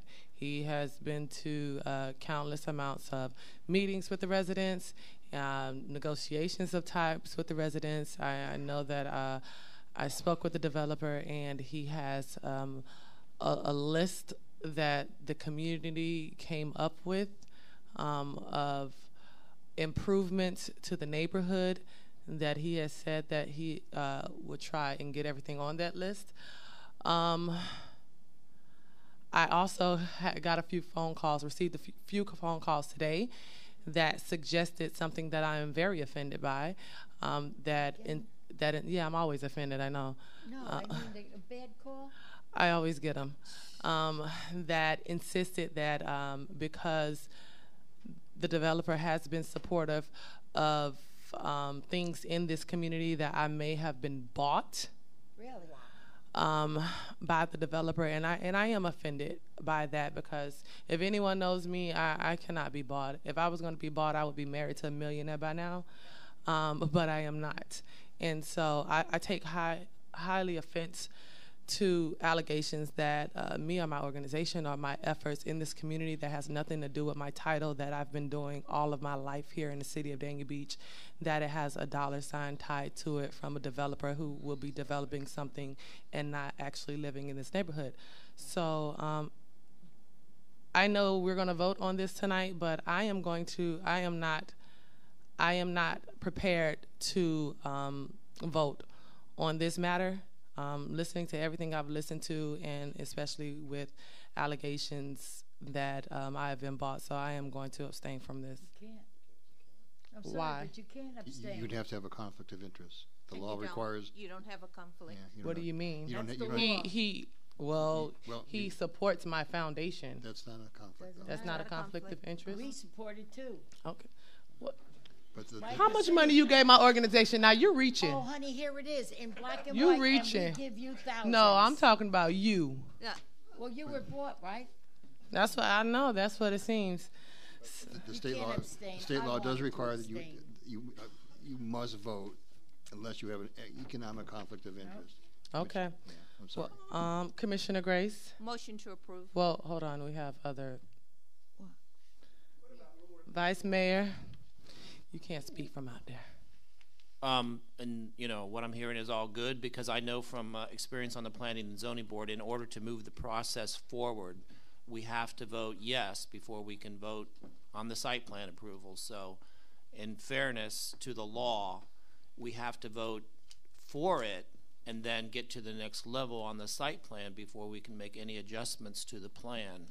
And I think Marco, Bobby, Chicky, everybody knows what the law is, and we're in compliance with the law when we vote to move the process along. So you're saying if the process is moved along, you have options to change the stories if they Only on the site plan. Only on the site plan. Only on the site plan. And as far as the teens working in a grocery store, my first job was in a grocery store, so I would support and work with you on anything that we could do to get 10 kids a job for next summer or whenever the store is open. And you know me well enough to know that we could do that if we could get 10 kids to the table and get them in a shirt and tie. And Aldi is the largest grocery store company in the world in Europe. So there's good plus things about this, but Tom can say in compliance with the law, in order to move the process along, we need to vote and then go to the next step. Commissioner Grace. Yep. Vice Mayor and I had to attend a conference in Orlando this week where a lot of the things that you're talking about tonight came before us, and we had to go to extensive workshops to make sure that we were in the guidelines as an elected official to do due diligence for the city. Home rule is going to affect us all. Tallahassee is trying to change things. We have to be on one accord to make sure that we're working together as a team to make sure that we're doing the right things for the city of Dania Beach. Right. Do we have a motion? I did make a motion. Oh, I didn't hear it. Second. Call the roll, please. Commissioner Brandemart? Yes. Commissioner Grace? Yes. Commissioner Salvino? Yes. Vice Mayor Harris? Yes. Mayor James? I'm going to vote no, but I am going to work closely with the developer, especially on the site plan, to make sure the community and ourselves come to some type of agreement. So, thank you, Dennis. Items 9.2, 3, and 4, I'll read the titles. Again, these are going to be continued to the January 9th commission meeting. 9.2, an ordinance of the City Commission of the City of Dania Beach, Florida, approving the request made by BCD Dania Oaks LLC to rezone property located at 5501 and 5525 Southwest 40th Avenue in the City of Dania Beach, Florida, as legally described in Exhibit A, a copy of which is attached to this ordinance, changing the zoning classification of the property from single-family 6,000 residential district, RS 6,000, to planned residential development district, PRD1, subject to certain restrictions, and providing for the allocation of 22 residential flex units, providing for conflicts, providing for severability, further providing for an effective date. That would typically be the second reading of that ordinance. Next, a related resolution is a resolution of the City Commission. I can't hear. Can I ask a question? We take them all together or take them separately? Motion to continue? Separate? Okay, so the Wait, first. you got to finish reading. I was trying to let them go lead ahead. first. Again, I'm going to read all three of them, but anybody can come up on any one of the three, Okay, or all all right. three, if Gotcha. they wish to speak. Okay. Next one is a resolution of the City Commission of the City of Dania Beach, Florida, approving the site plan SB 2417 submitted by BCD Dania Oaks LLC for the property located at 5461 and 5525 Southwest 40th Avenue in the City of Dania Beach, Florida, as legally described in Exhibit A, a copy of which is attached to the resolution, providing for conditions, providing for conflicts, further providing for an effective date, and a resolution of the City Commission of the City of Dania Beach, Florida, approving the Oaks Place Plats PL 2317 submitted by Baseline Engineering and Surveying on behalf of BCD Dania Oaks LLC for the property located at 5461 to 5525 Southwest 40th Avenue in the City of Dania Beach, Florida, as legally described in Exhibit A, a copy of which is attached to this resolution, providing for conflicts, further providing for an effective date. So, Commissioners, Mayor, anybody can come up and speak on any of these if they wish to, but it will be request to continue, all three. Okay. I have comments on this. You all wish to speak tonight? Yeah. Okay. Dennis McGowan.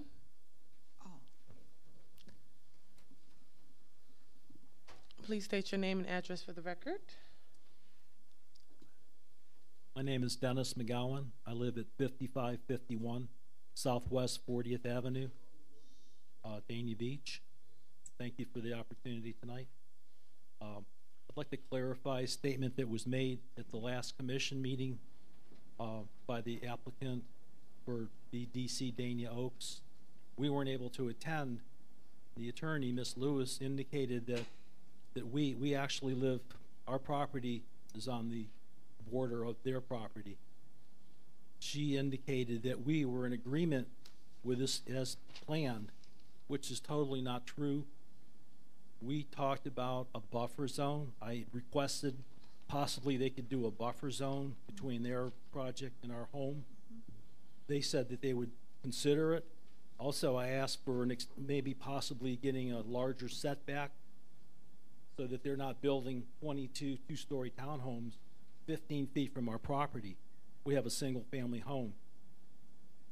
We're against the rezoning. I think it should remain single-family, or at least partially. Maybe they could put something in between.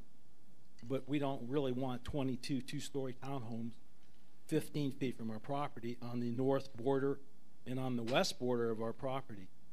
So we are definitely against this project as planned. I'm not against development. You know, I think it should remain single family, which it's zoned for now. But I just think it's going to be too much density for the area. And it doesn't conform with everything in the surrounding area. Everything across the street and around the whole area is all single family homes. So I just wanted to clarify that. Thank you. Thank you. Thank you.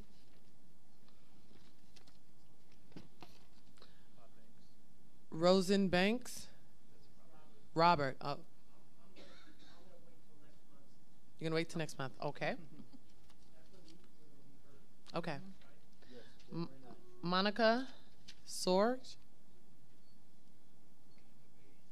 How did you get Robert out of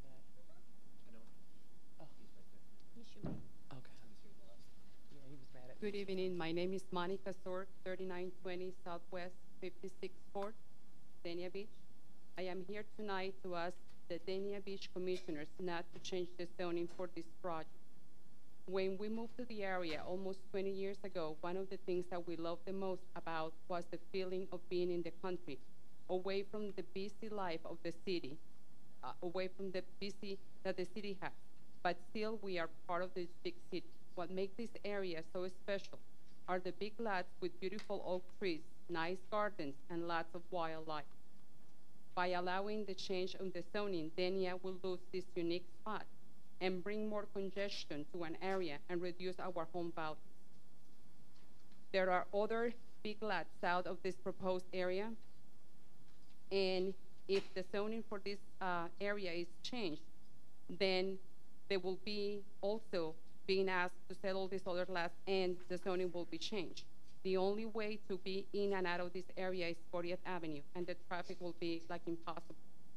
You asked us to go to meet with the builders, and we did. 2 weeks ago, we went to meet with them, and they are definitely not opening to listening to the residents of this area. They are not the ones living, and they are not the ones living and loving this neighborhood. We are. And we are against this because of the traffic density and the overcrowding. So please, I'm asking you not to change the zoning. And also, I wanted to ask if there is any possibilities to maybe put in 40th Avenue any stop signs or speed bumps that maybe will slow down the traffic so that we actually can get out of our streets. Because right now, we're in the cul-de-sac, and it's like almost impossible to get out. So I think, I don't know anything about this, if there is stop signs and if there is speed bumps, that will slow down the traffic, and maybe we'll be able to go out. Thank you. There's a plan. There's a plan. There's a plan in the MBO for traffic calming, so we can talk about that. Okay. David Sorg.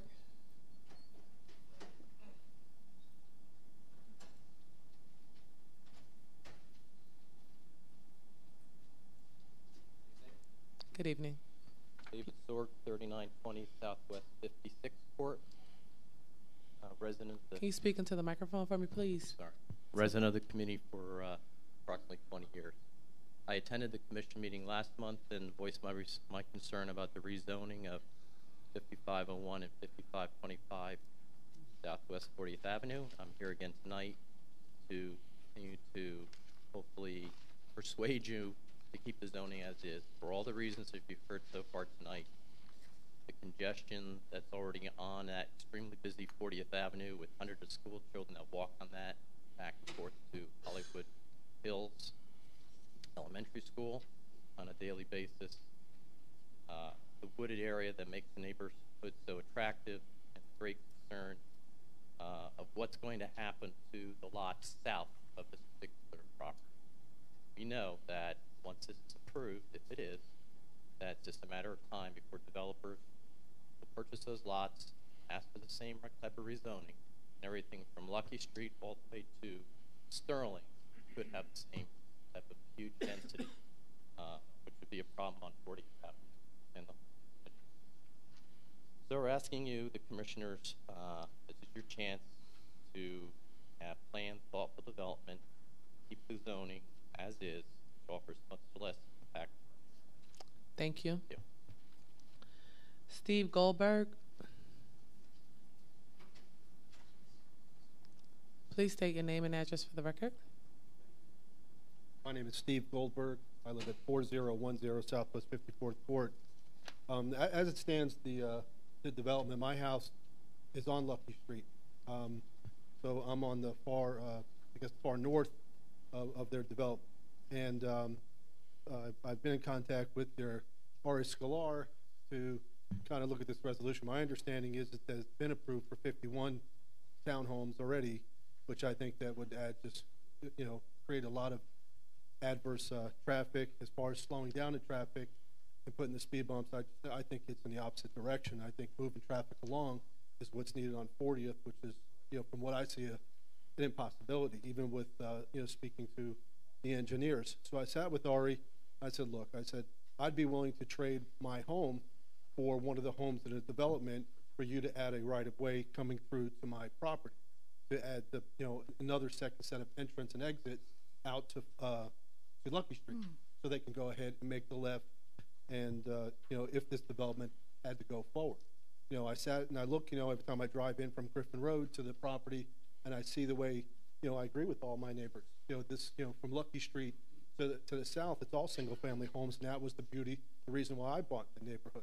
Now to have these developments, I'm not really for it, but as Chicky and everybody says in here, development has to go, and I'm not real happy that a two-story, building's going to be, put behind my home, and I argue that from the original buyers to the second buyers, now to the third buyers, for privacy reasons. So I tried to make a compromise that gave me a letter of intent to move that forward, but it was being disingenuous for the last meeting for me to be with them and be on the same page. And if they're being disingenuous, I'm not for their project. I'm 53. I have multiple residences. This is one of my residences, and this is where we currently live in South Florida. So for me, I said I would do for the benefit to scale down to have one of the units and work out a deal for those right-of-ways. You folks as commissioners can put that on. Now Ari, he was with the original developers. He's a pretty righteous guy in the way he operates his operation. He's trying to match the property along with the way the flow of the development looks to maybe possibly go out. So that was put on the table. I haven't heard from the developers. They just want to maximize their return on, the ROI, the return on investments, and never really heard a word from them. Ari's trying to move that forward. I guess, there's no communication. The second thing I'd like to add is that the developers are not here. Is there a way that, when they don't show up, we talking about the community meeting, how many people you were disconcerted with, how many people didn't show up and so forth. I can tell you that in some of those meetings, their telephones and their numbers were incorrect. I emailed them from my spine surgeon's address to let them know that their timing is not right, and the way their marketing to the community was failing. They've amended that. But when they're not to show up, how can we be noticed so we don't show up, as well? We don't want to show up. We're all busy. We all have, jobs to go to in the morning. I have to go up to my Tavares office, and I don't, I'd like to be notified when they don't show up to a meeting if there's a possibility. So that's what's going on. If they want to be, if they want to add it, you guys are going to go forward, and you want to go forward, and they want to make that trade, I'm all for it because I still want to be part of the community and so forth. They seem to have some issues. Even John Lasky, who's next door, offered to buy the property to do some sort of development. They share the same council at Greenspoon Martyr as I do. I have some business with Greenspoon Martyr as well. So I don't know. I don't know if it's going to take a nudge from you folks to maybe if this development has to go through to maybe so they can add traffic onto Lucky Street to make it go towards 441, and maybe that would be the way to correct this issue for my neighbors. Where they come out and make a left, because if they go out of the property from this development on 40th, to go north to make a left on Lucky because they want to take the turnpike, it's to be nuts. I mean, it's going to absolutely be crazy. Like I said, there's not a month that goes by that I don't service somebody crashing on that corner of that street, or kids walking in the street looking down on their cell phones, and I come out and say, guys, you're in a street, So something has to be done with that little area right there. Thank you. Commissioner Brandon. Did I understand you to say a meeting was called with the neighbors and they didn't show up? No. What I said was. Go ahead. What I said was that their first mailer that they put out was incorrect, and I had to recorrect them on their meetings. So they've gotten up to speed with their meetings. But what I'm saying, have attended. They have attended. Yes. What was the answer when you said you'll sell them a house? Ari, when I brought it to him, I drove to his office and I spoke with my wife to see if that's something she'd like to do.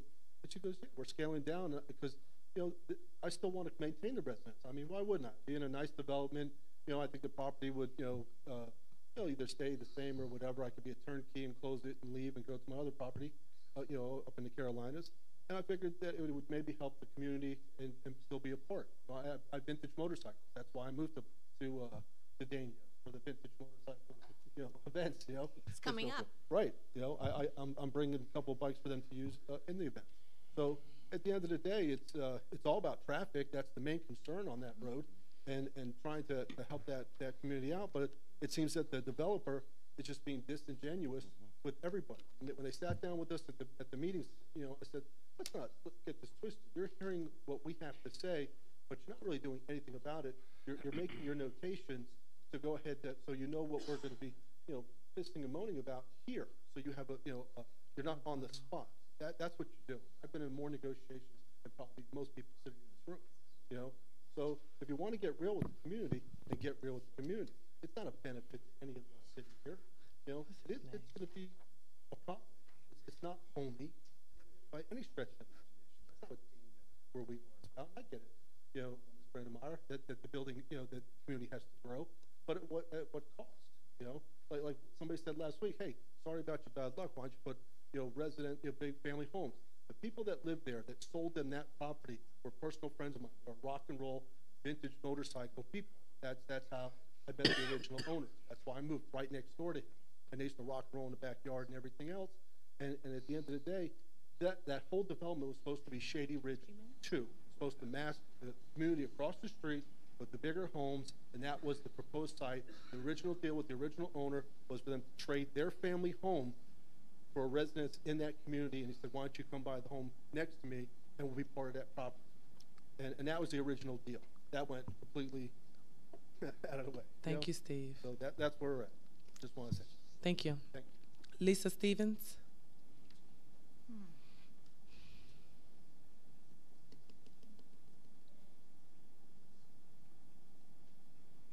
Good evening, Lisa Stevens, 3860 Southwest 56th Court, Dania Beach.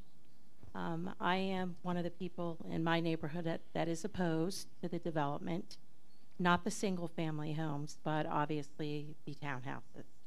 And my reasoning for this is mostly the traffic. And before I came here this week, I made sure that I left my business that is on Griffin Road in Dania Beach one day at 4 o'clock, one day at 4:30, one day at 5, and one day at 5:30. It took me to turn onto 56th Court going down 40th to the south, average 18 minutes to turn into my street because of the abundance of traffic and cars waiting to turn left on Sterling, to go west on Sterling, or just to go straight. That the traffic is really serious there. Putting in the single-family homes, it wasn't as much residents, obviously not as much maybe dollars for the developer, but it was going to be less traffic, but still a lot of traffic. To sit there and wait in line every day to go to your home and be right there and have to wait that kind of time, there's got to be something with the traffic. I'm not opposed to single-family residences. I agree with growth. I understand growth. Every community has growth. I also agree with, prior to my discussion, Mr. Sorg about all the properties south of Lucky Street. That too will be picked up by developers in a short amount of time, and then that's even more traffic for us. It doesn't matter if you live on the west side of 40th. It doesn't matter if you live on the east side of 40th. It affects all those residences. It's tough, and I think it's wrong. And I do agree, whether it's west of 40th or east of 40th, I do think that it changes the value of all of our homes, whether it's a $200,000 home or $1 million home. Values do change when you bring in townhomes. It does, and I'm sure that there's maybe some research that can be done. I plan on doing it myself before the next meeting. And my other issue was that my neighbors had mentioned to me I wasn't here for the last meeting. But the oak trees in our neighborhood, I moved into that neighborhood 14 years ago. And it was said at the last meeting, and please correct me if I'm wrong, that we're not going to make a development because we're going to not pull out some oak trees. Well, I paid $25,000 to have to move 3 oak trees and then replant 3 others. And I had to keep them on my property. So when the developers tear all that property apart, are they going to pay what I paid? I want to know that answer. Who's going to give me that answer? I don't think anyone can give you that answer on the spot. So we'll have that answer for you. I certainly would like to have that answer. Okay. We'll get you that answer and Okay. have your information. Thank I'll make you sure very have much. That information.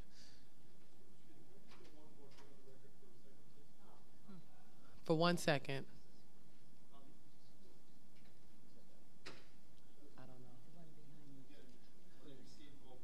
And Southwest 54th Court. For the record, I'd just like to let you know that that my house is sitting on a sinkhole, which abuts them. And I've told the developers to go ahead. I want it on the record that they are known, that they've been told they're on a sinkhole. And they said, at this point, that's not our concern. So when they go ahead and develop all that structure and that weight and start doing everything they do, that maybe you folks should look into that. I've done my remediation on my sinkhole to my home at an extreme cost. And that development, go ahead and put that down with all the pounding and everything and the removal of the trees. There's a river running underneath because Daryl Rickman Associates, who did all your roads, happens to be a personal friend of mine out of Detroit. And we know the topography that's behind the house, and it's all sitting under that property. I want it on the record, so when these guys go ahead and make it part of their site plan in their building, that you guys are folks and aware of it, and the community's aware of it, also the people buying are aware of it. Thank you. Okay? Okay. So the first one is an ordinance to be continued. Do we have a motion to continue? Motion to defer until the next meeting, 9.2, January 9th. January 9th. Second. All in favor? Do we have a second? I'll have I a meant to second. say. Okay, thank you.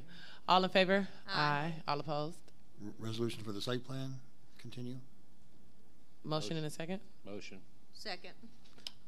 All in favor? Aye. Aye. All opposed? And for the plat. Motion. Second. All in favor? Aye. All opposed?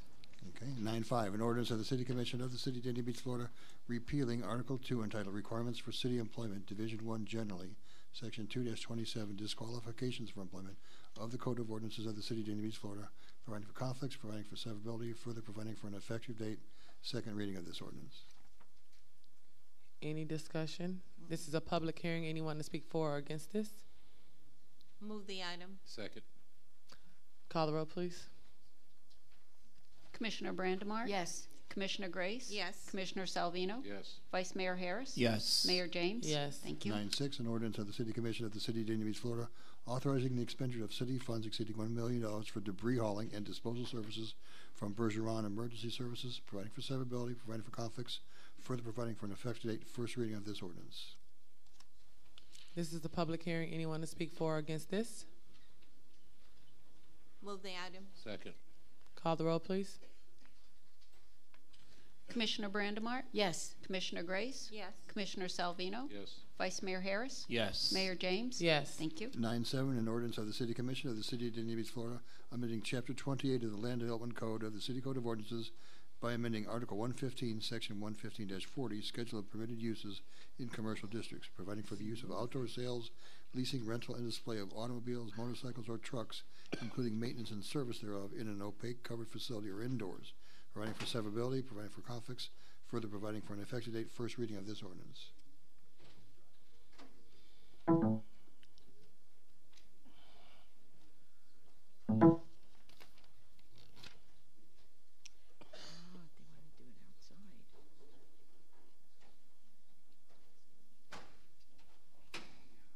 Good evening.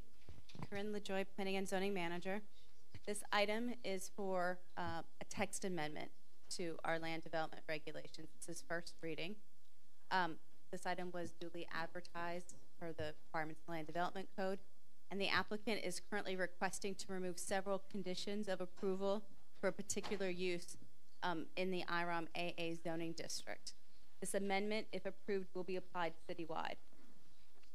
The applicant is requesting to amend the Land Development Code to remove conditions for the following use. And the particular use is for outdoor sales, leasing, rental, and display of automobiles, motorcycles, or trucks, including maintenance and service thereof in a facility or indoors.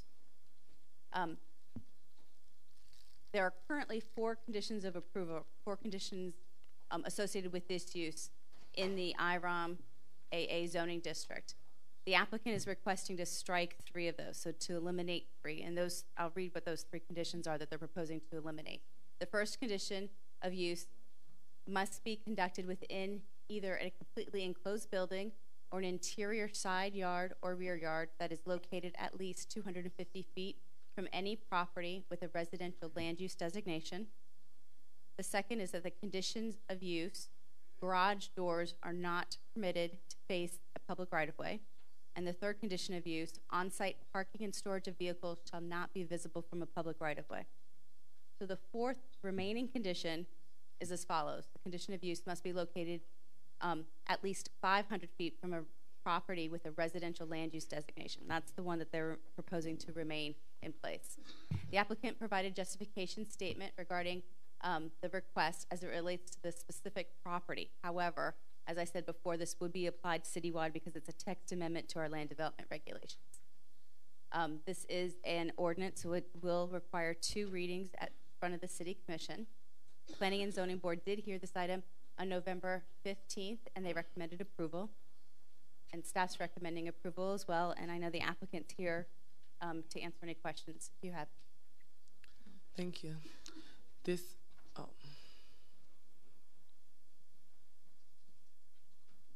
May it please you, Madam Mayor, my name and members of the commission, my name is Jim Brady, and I'm with the firm of Saul, Ewing, Arnstein, and Lair, and I wish we could just say Seal.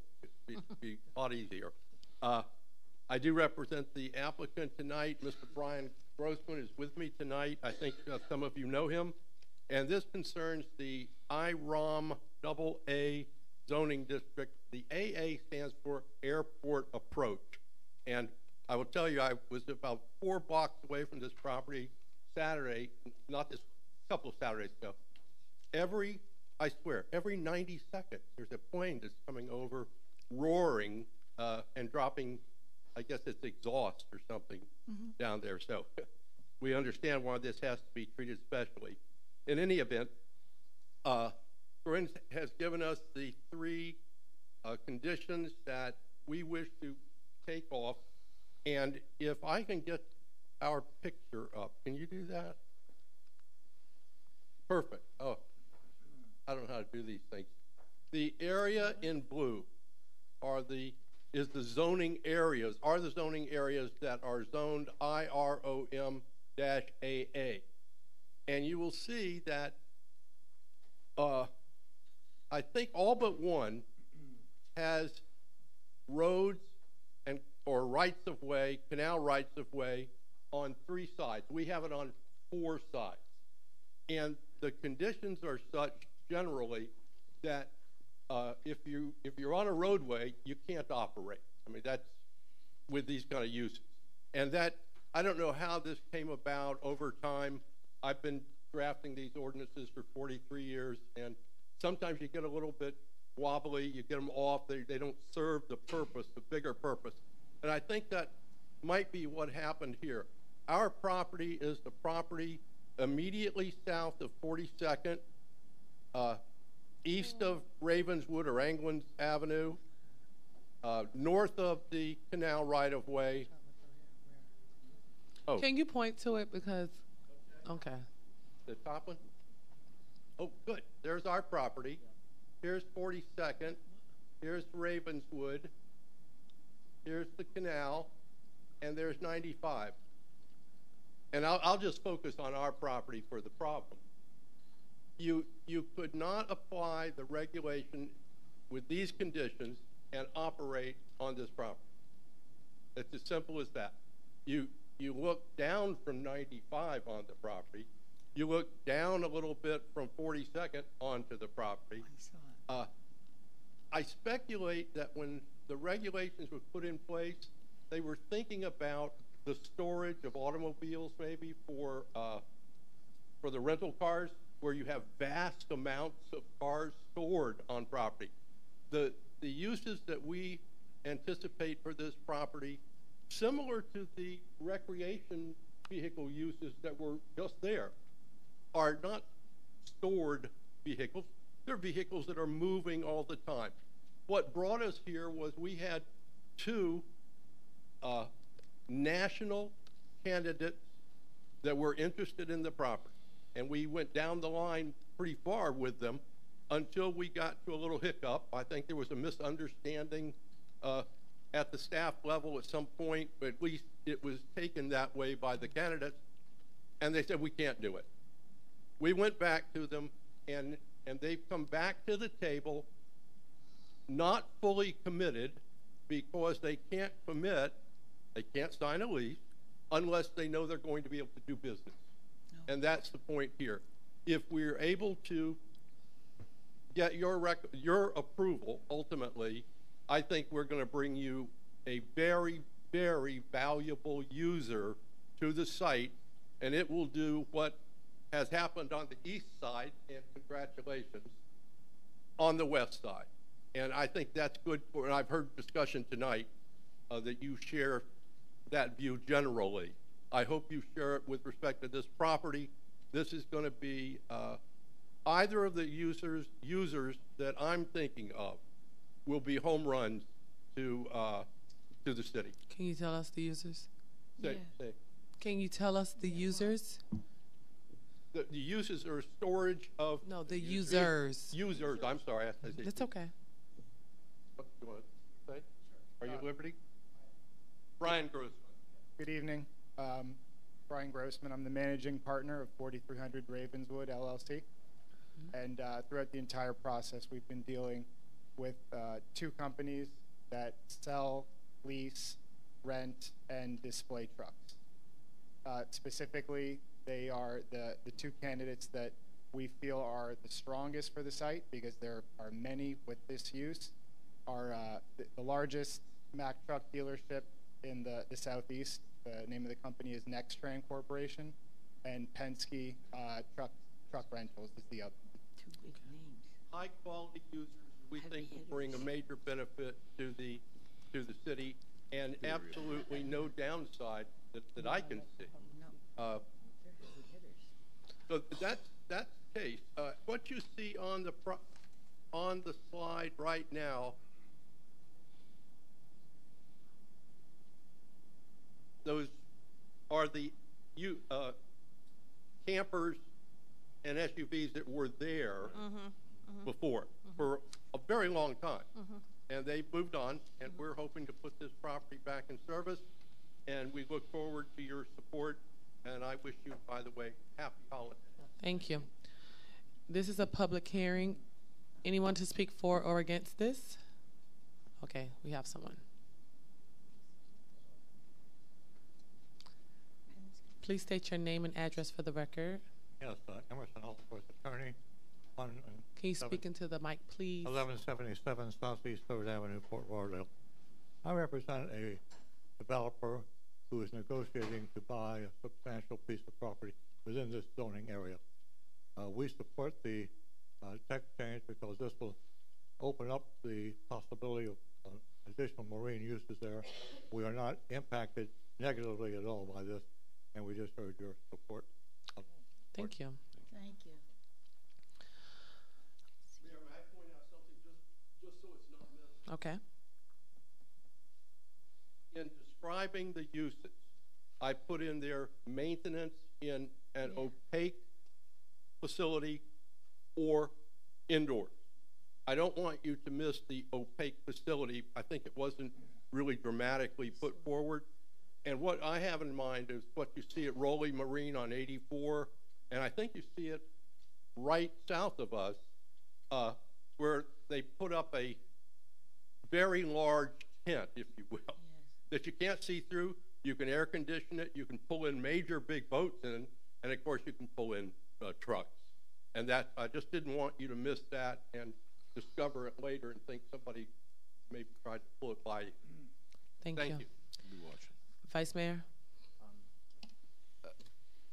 Based on the fact that I have been in a couple of meetings with Mark LaFerriere and Corinne and the city attorney about that site over there that has been kind of abandoned. And part of it, the reason it's been abandoned is because the Ravenswood Bridge has been closed for several years.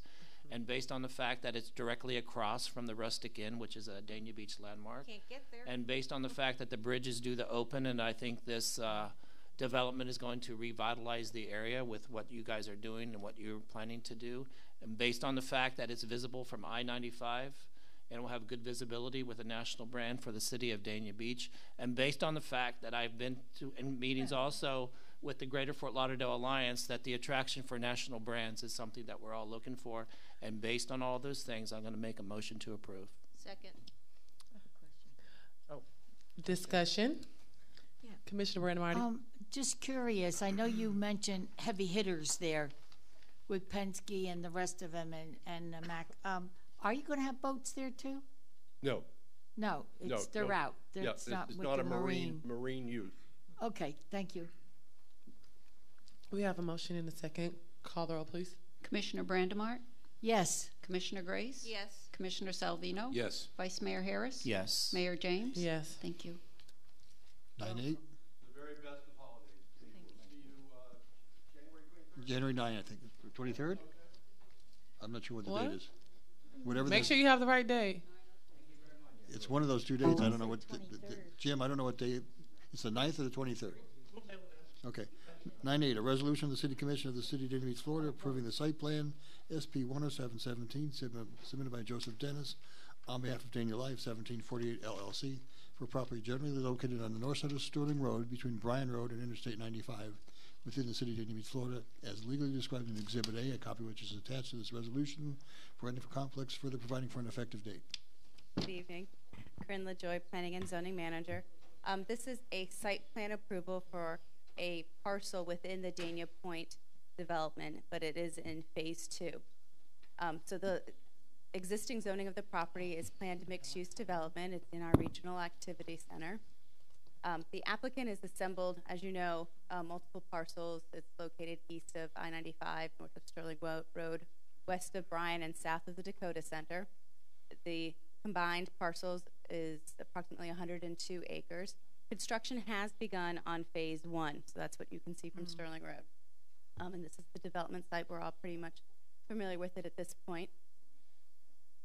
The parcel in question is this parcel here. It is in phase 2. Bryan Road is to the east.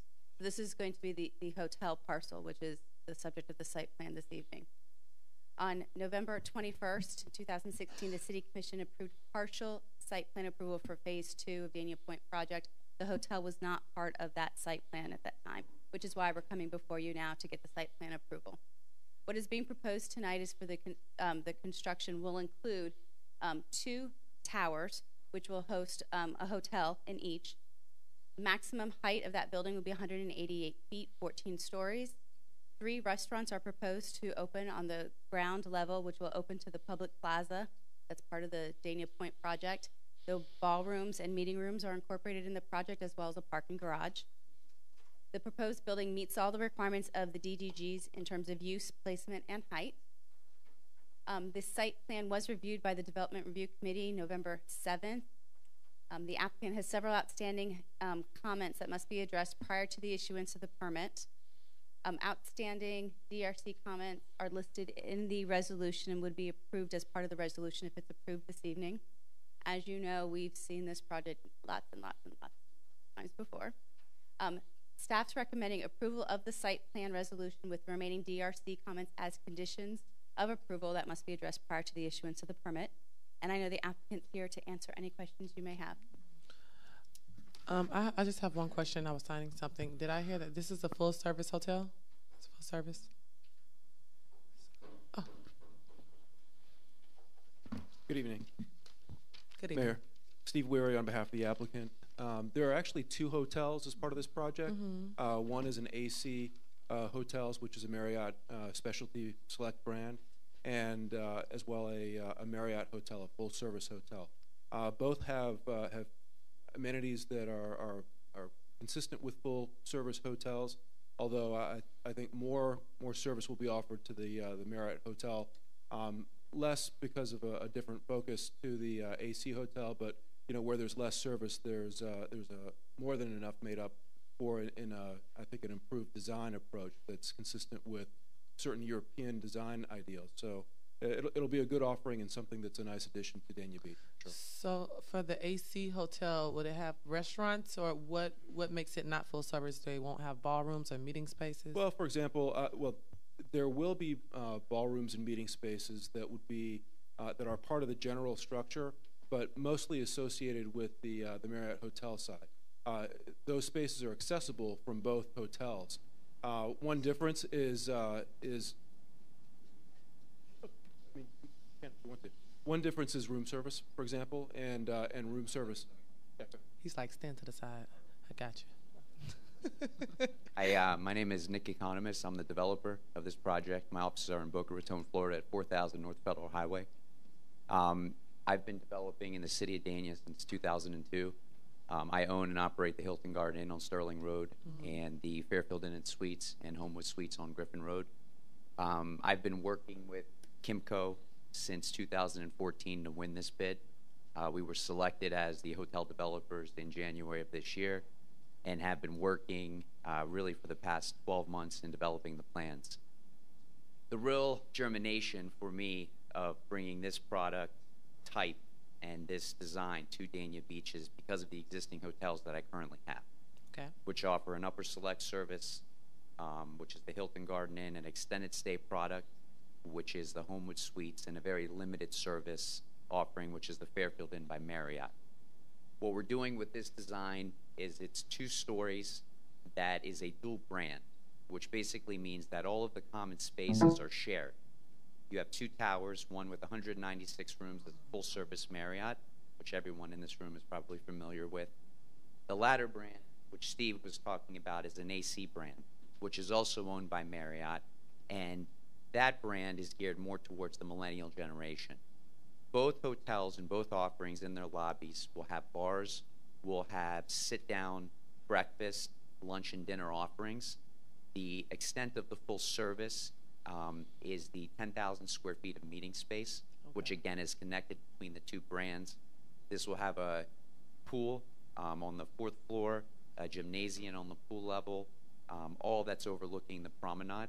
So the offerings, in addition to, which we don't control, but which is part of this approval, the 3 spaces on the ground floor, which is approximately 21,000 square feet, 2 of which will be restaurants. The 3rd one, I don't want to speak out of turn, but it's still to be determined.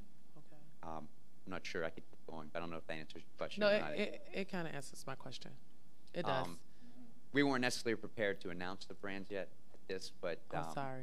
That's okay. We're excited that Marriott is coming, and especially a full-service Marriott, which really isn't built in today's environment. Okay. Thank you. Any other questions? You might have some. Commissioner Grace? So as we're revamping the you're next. convention center and they're adding a hotel, this will be very conducive to the Dania Beach, that we will be able to get some of those very competitive meetings and some of those conferences that will be coming to Dania Beach. And I understand you're going to have adequate meeting spaces for us, so we will be able to compete with Fort Lauderdale for a lot of the things that's going to be coming in, like the Shriners or League of Cities for Florida, National League of Cities. So this is going to be a win-win. Now, while we're having the hotel, we're also going to have 2 residential units. Okay, that's farther down. Okay, got you. Okay. Vice Mayor? Good. When do you anticipate the construction to start, and when will it be finished by 2020? Well, by 2020 construction, depending on when Corinne gives me the permit, she thinks this time she can do it in under 6 months versus usually a year. So we'll see. But is that shade? Okay. I'm sorry? What'd you say? He's like, I don't know what you're talking about. No, we want to have our building permit in by February, and the anticipated construction date is sometime. We're shooting for August, September of 2018 with a 16 to 18 month construction timeline. Okay. And so, look, we're all targeting for Super Bowl of 2020. Realistically, I think it's probably going to go about March of 2020 when we open the building. Okay. Just in support of the brands, because I like national brands, and also on the fact that the company I work for are executive meeting planners, and we do lots and lots of business with Marriott's all over the world, and also hotel service specialists, and part of the Marriott Meetings Excellence Group, and the president of our company is sitting right over there. And so we are trying to up our brand, so we want luxury hotels and brands to appeal to millennials. So can I make a motion to approve? Sure. Well, you have to wait. Does anyone else wish to speak? Yeah. Excuse you. Sorry. Calm down. I was chairman of the Planning and Zoning Board. Sorry. No, it's okay. This is a public hearing. Anyone to speak for or against this in the audience? Go, Bill. Motion to approve. Second. Call the roll, please. Commissioner Brandemart? Yes. Commissioner Grace? Yes. Commissioner Salvino? Yes. Vice Mayor Harris? Yes. Mayor James? Yes. Thank you. Okay. Thank you. 9-9, a resolution of the City Commission of the City of Dania Beach, Florida, approving the plat note amendment, delegation request DR 8617 application submitted by Rahi Sangvi on behalf of the property owner Dania Resorts LLC for property generally located on the south side of State Road 84 and north of I-95 within the City of Dania Beach, Florida, as legally described in Exhibit A, a copy which is attached to this resolution, providing for conflicts, further providing for an effective date.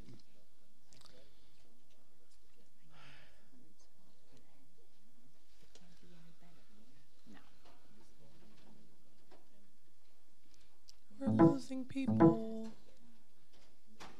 one by one. We always have our loyals that stay.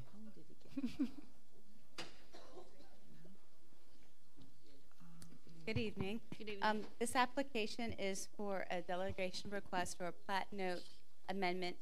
The property is at 3001 Southwest 26th Terrace. The zoning of the property is IROM AA with an industrial land use designation. At this time, the applicant's requesting to change the note on the plat to allow a hotel use.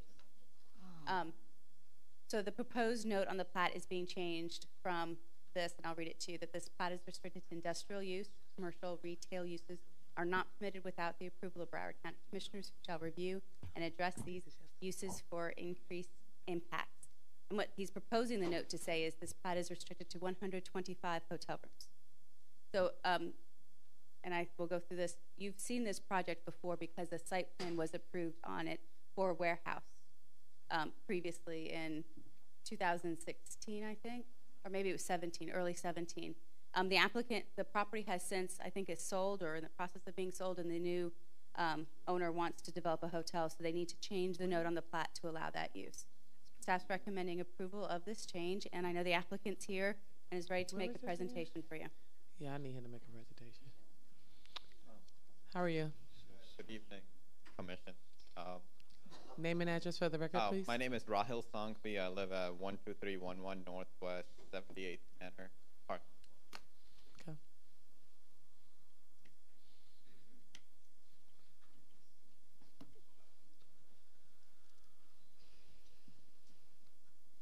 So we have recently purchased, not recently, around in July of this year, and we want to develop a hotel at the site.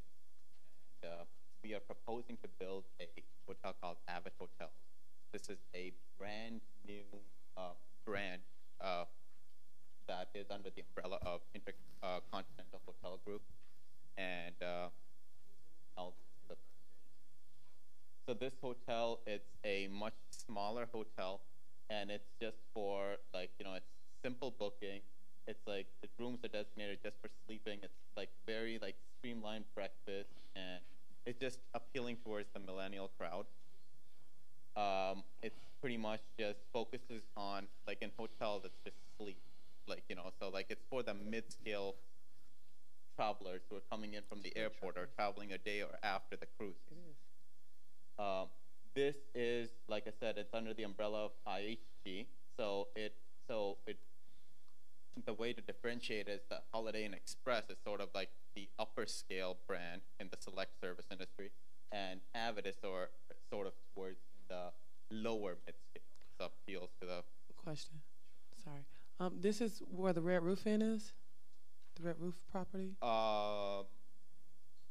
the red carpet. Red carpet, I'm sorry. Yes, in the corner, yes. On 84, correct. So what is the red carpet in comparison to Avid? Well, red carpet is, I believe it's an independent hotel. They do not have like a reservation. I mean, in terms of Scale. It'd be select service, but it would be a much of a lower end than. Let me just get through, and that will maybe answer your question. Mm-hmm. So then the competition for this hotel is supposed to be like a Best Western, a Comfort Inn, a La Quinta, or a True by Hilton. Like, you know, because it's a much smaller room, much limited amenities. So, and I guess the red carpet doesn't have the standards like how IHG would perceive because of like Holiday Inn Express. It's such a big name. Mm-hmm. So it's the rewards group. They don't have a rewards group. Red Carpet doesn't have a rewards group either. And this is the site plan. I mean, we'll get to it, but this is just a preliminary thing. It's a 4-story hotel with adequate parking space and 103 rooms proposed in the building space. On 4 floors. And this is what it's going to look like if it passes. Just initial drawing.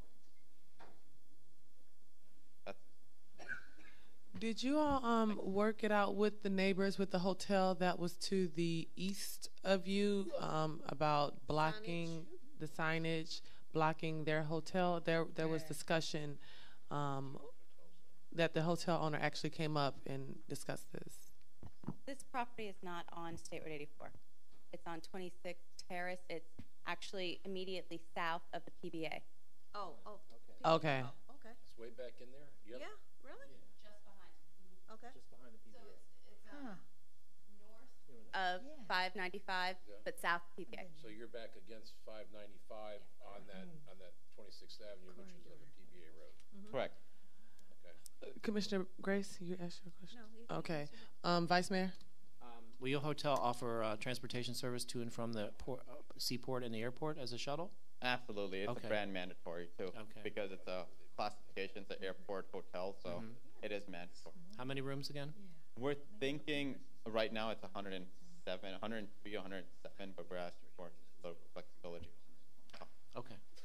So in 4 stores. No. Is it near any residential? No. No? Okay. Nothing out there. There's nothing around there, is there? No, that's what makes a great spot for a hotel. This is a public hearing. Anyone to speak for or against this? Yes, ma'am.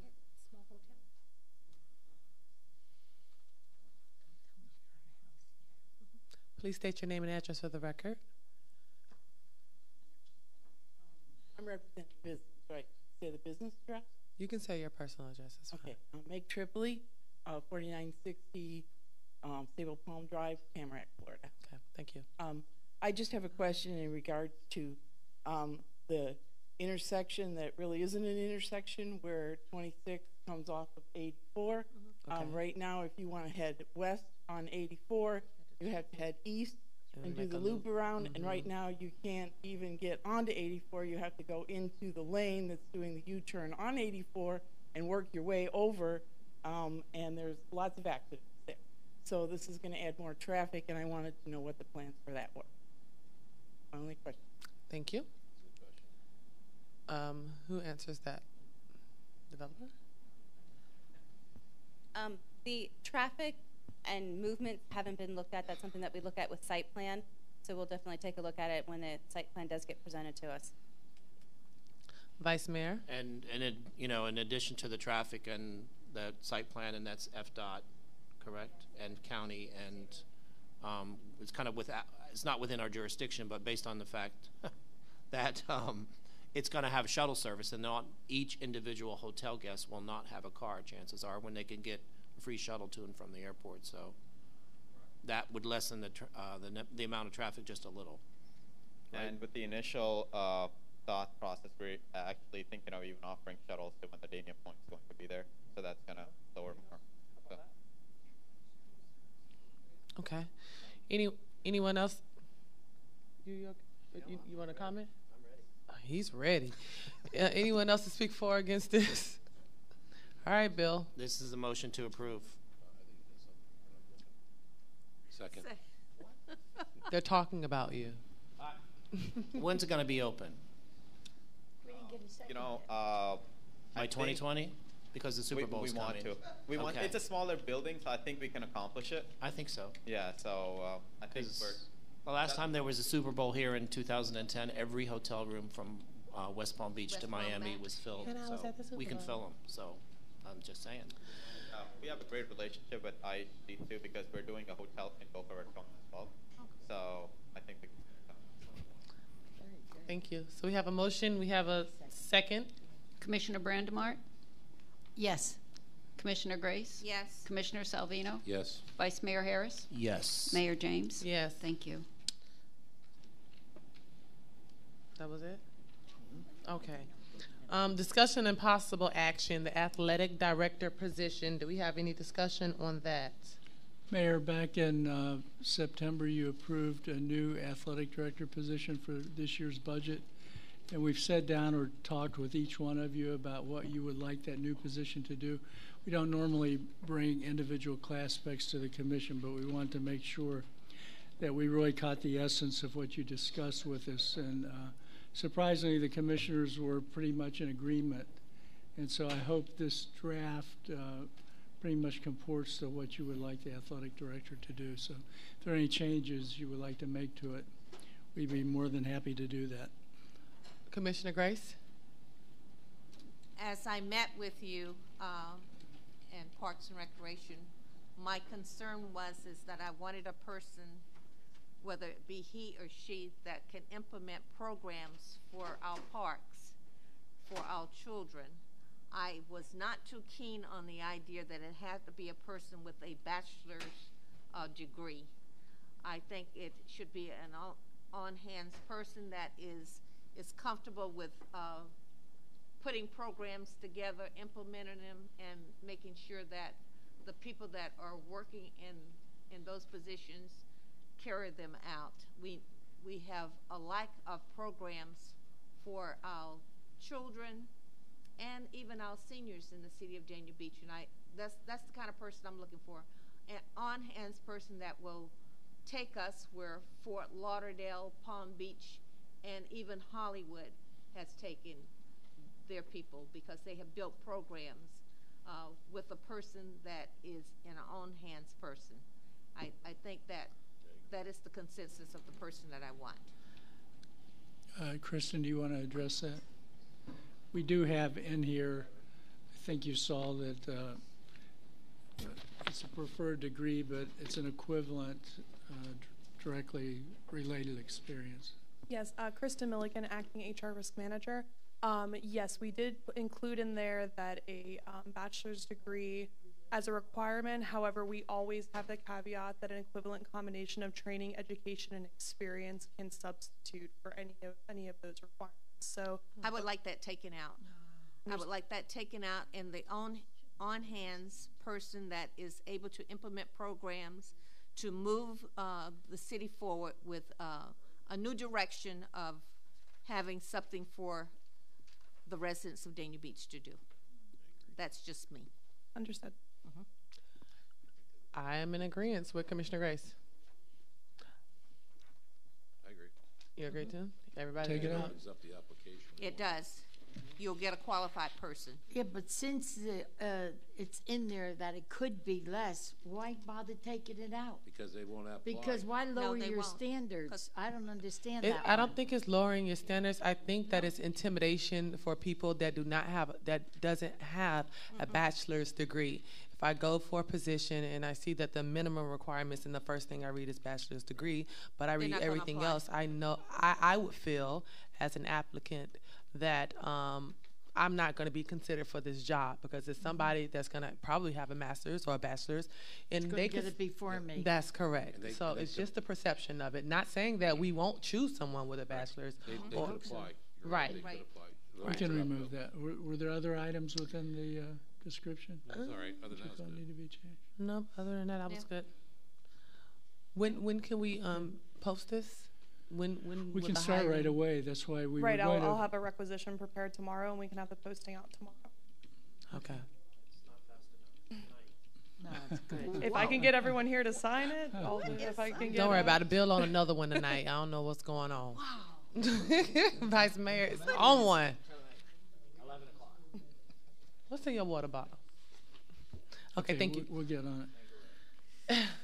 And then City Manager, the next one. The second item, a couple of years ago, the commission then, we had proposed doing a Parks and Recreation Master Plan. The commission really had decided not to do it, but you did fund it for this current year. So we brought back to you the scope of services.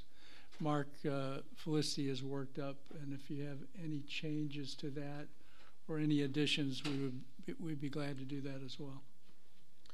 Need to take a look at it. Yeah.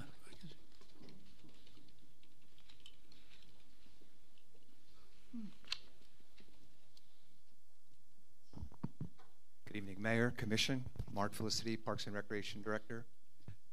Just to give you the objective of this long-range 10-year master plan, it is to develop a well-defined long-range vision or blueprint, if you would, for the Parks and Recreation Division that'll take us into the next 5 to 10 years.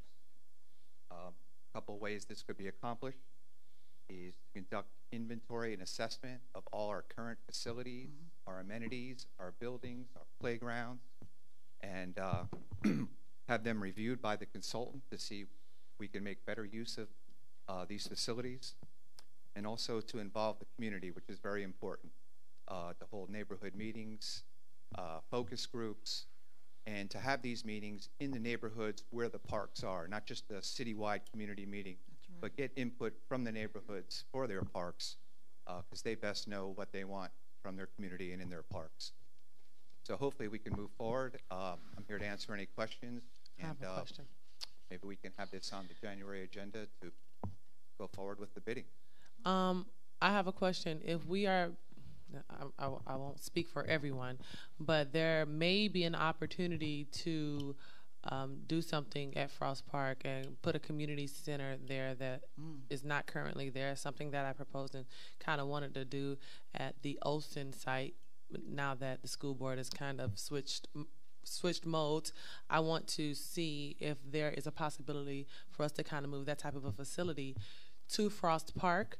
How would that affect this? Could we have something in place to where I don't want to pay all this money for them to do this master plan and, you know, it not include a possibility of that being there? Well, that is one of the components for them to identify any open space opportunities or redevelopment. You know, that's why we'll be employing these consultant services for them to identify these possibilities. Okay. So that's one they could look at. Olson is another example. Okay. Commissioner Brandon Marty? Yes, I love that idea about improving on Frost Park. First of all, the ground is more ground there than there was even at Olson. I believe it's bigger. Yeah, we have 8 acres at Sure, Frost Park. it's bigger. So I think if we're going to pour money into that park to make it better, that's a good idea. However, I don't know how you go about that. Do you do a bond or something? We'll get to that later. We're going to get to that later, but you're going to have something to I love that idea, really. It's very centered. That's not centered out. I was never for Olson anyway, so I'm glad it fell through. Really, all it was in the middle of a senior development. Oh my gosh, she's well, it's true. It was right in the middle of Meadowbrook Senior Development. There's a guy right there. But over here, it's in everybody, and a lot of people use it thanks to Commissioner Salvino for bringing the softball team there. It seems to be very centrally located. And we need something like that on the east anyway.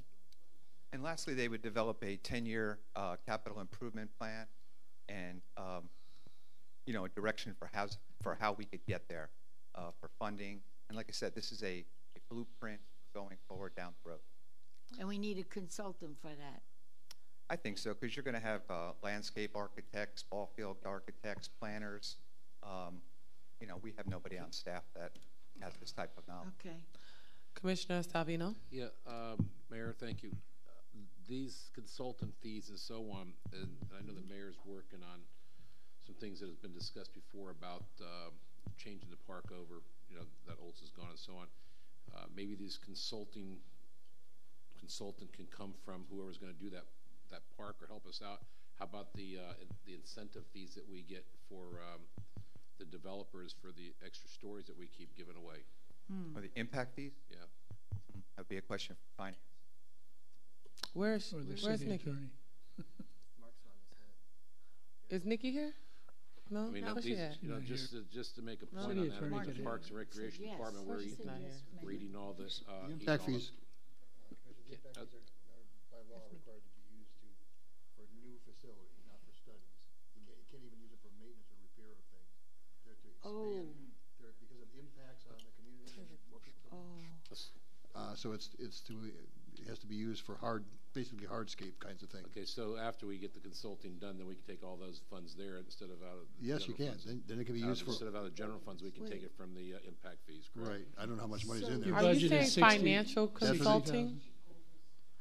Well, Are you he's- asking about financial consulting? Well, I was wondering how we were gonna pay Because for it. we have someone with Dunlap Dunlap and Associates. that we have on retainer already. Well, I think so if we have, isn't he talking something about design of the whole park though? That's Yes, not- that you budgeted $60,000 Oh, we to did? do that. Okay. Yes. Mayor, are you talking about upgrading Frost, or are you We're talking doing too about much stuff. Can't keep up. demolishing and starting from scratch? What are you talking about? we're trying to see different different avenues? options. Okay.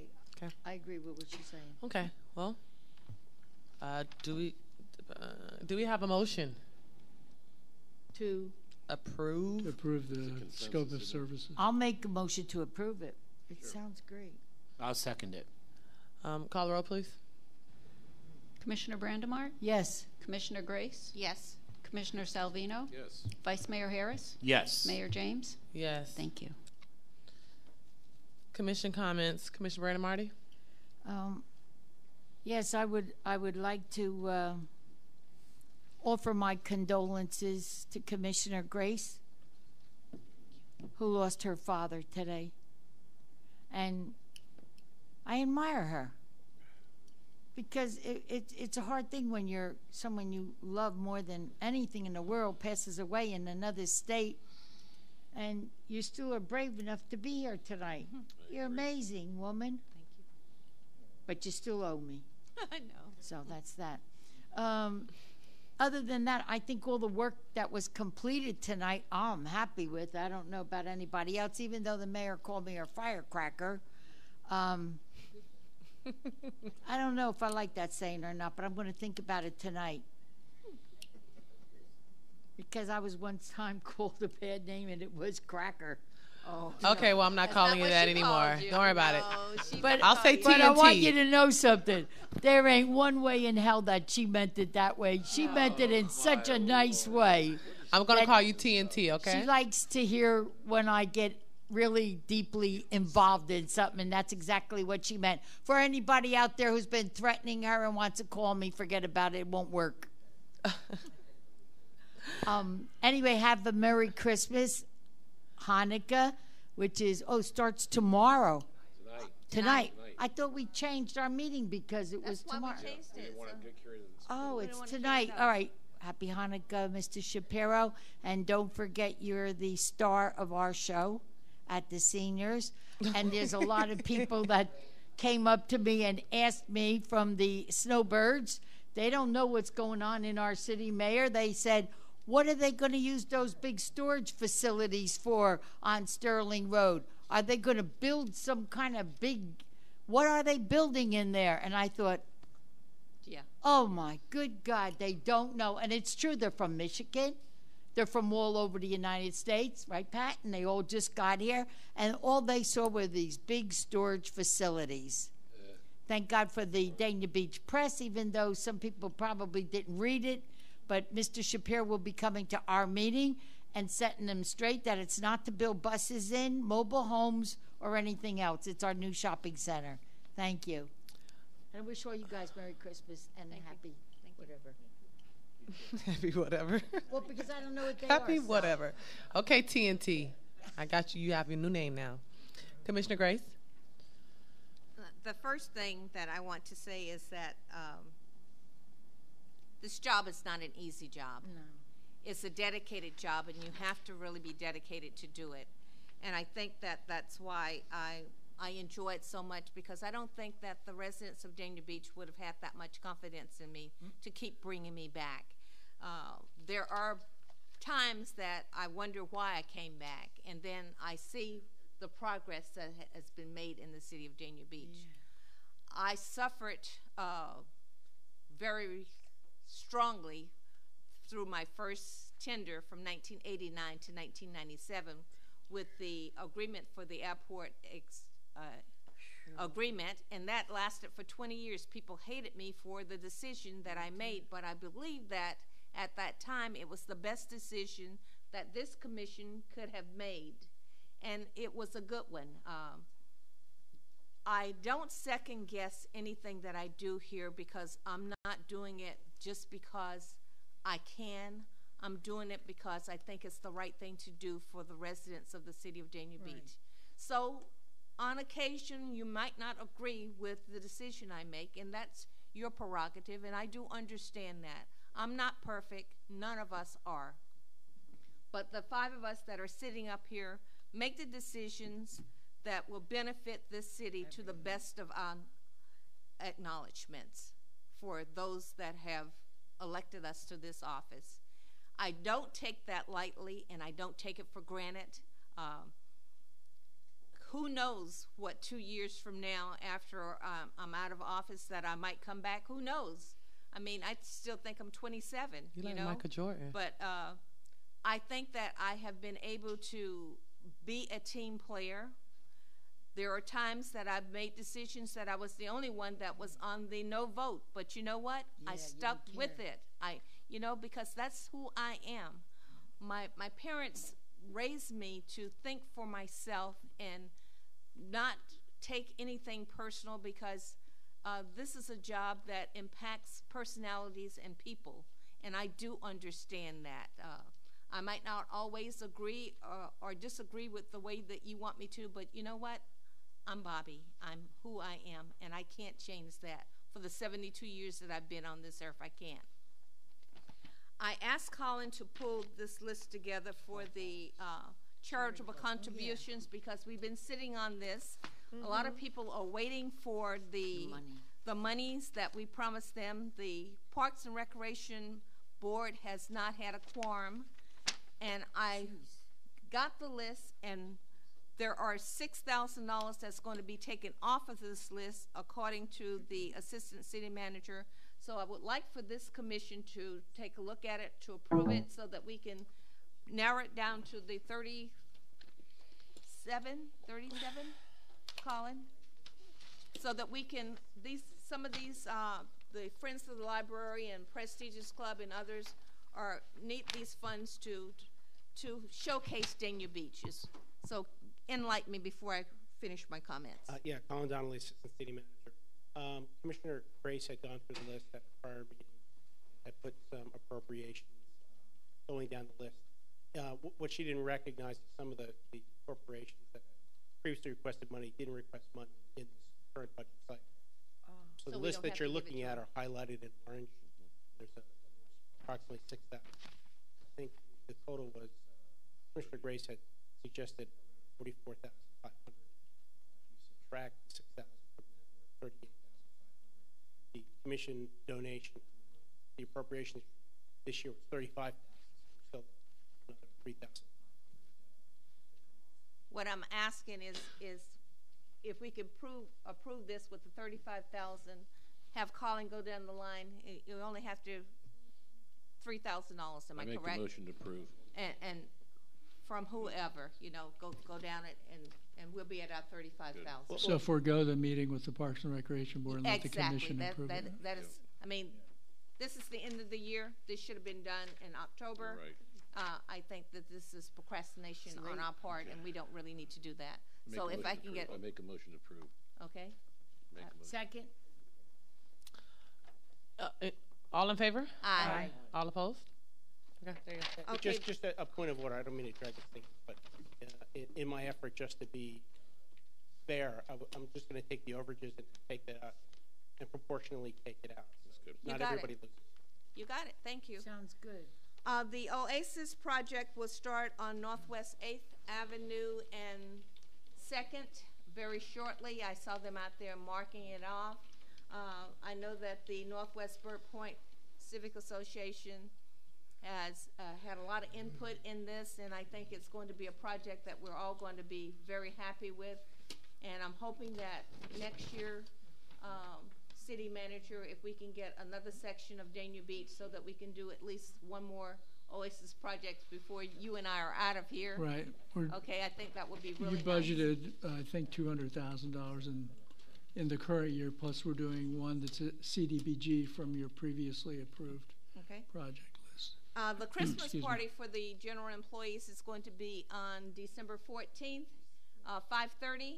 So I hope that the flyers went out to everybody, a reminder that we're having the party. I don't want to have to eat all of that food by myself. I'll I be can there. dance by myself, but I don't think I can eat that much food. Is it vegan food? No. Is that what you are now? Absolutely not. Oh, we have salads. Every other day. We have salads. You can have a salad, okay? I backslide Did you sometimes. turn vegan, really? No. Oh, I didn't think so. And the Christmas party for the children in Dania Beach will be at the IT Parker Community Center on December 17th from 3 to 6. And we are expecting 200 children. And the way that we did this year, we took 10 kids from Olson Middle School, 10 from South Broward High School, 10 from Dania Elementary, 10 from Collins Elementary, 10 from C.W. Thomas Park, 10 from Frost Park, 10 from Patrick Mealy Park, and then we filtered in 7 of the churches in this community. And the last component was Love Nation, Mrs. Oval children that did the nutrition Oh, they thing were that here came that before day. us. Very cute. So we're almost up to 200 children. I want to make sure that this is spectacular. We don't care whether the child is rich, poor, or indifferent. We want every child to receive toys. That's what Christmas is all about. And I'm hoping that a lot of the clubs and organizations will come out and help us pass out the toys for the kids. The number of people that are donating and helping us are too numerous, and I will mention that at a later date, but I really want to thank this city and the community for coming together to make sure that we have toys for all of the children. This is really dear to my heart. We get through this, and I can really relate to seeing a smile on a child's face. The last thing I want to say thank you to my city, to the residents of Dania Beach, to Broward County for your heartfelt condolences for my family on the passing of my dad, and we will be putting him to rest sometime next week. Thank you so much. God bless you. Happy holidays to everyone. Commissioner Salvino? Thank you, Mayor. First, Bobby, as we should, my condolences to you and your family for your father. I have to say that in the past couple of weeks with the food giveaways for Thanksgiving, Mayor, I have to tell you that you were well organized. There was a lot of people that went through your crowd. Everybody walked out there happy. There was a lot of volunteers, and it was a pretty slick operation. And you know, everybody had a good time. I commend you on a great job you did. Went to Miss Jackie's funeral. It was kind of sad, our past HR director, and it's just amazing how many friends she had. The church was out in Cooper City. It had to hold probably, I would say, close to 700 people in the church, and there was probably 500 people in it, it seemed like, when I looked behind me. It was pretty big, and you know, we'll all miss Jackie. She was a wonderful person. She was one of the first people here that I met when I signed up as the commissioner on my paperwork, and she made me feel at home. Christmas Santa Claus is a piece of work that we had here at the Christmas tree lighting. Him and his Mrs. Claus and the 2 elves, I think, are they're pretty special. The only problem is the elves are over 6 foot tall. Reminds me of the movie, but they're cute. And I had tickets to ride on the Hard Rock Bike Bash for the toy run this Sunday. And I woke up at 5 o'clock in the morning, get ready. I walked outside, and I walked back inside, and I didn't ride. I got chickened out.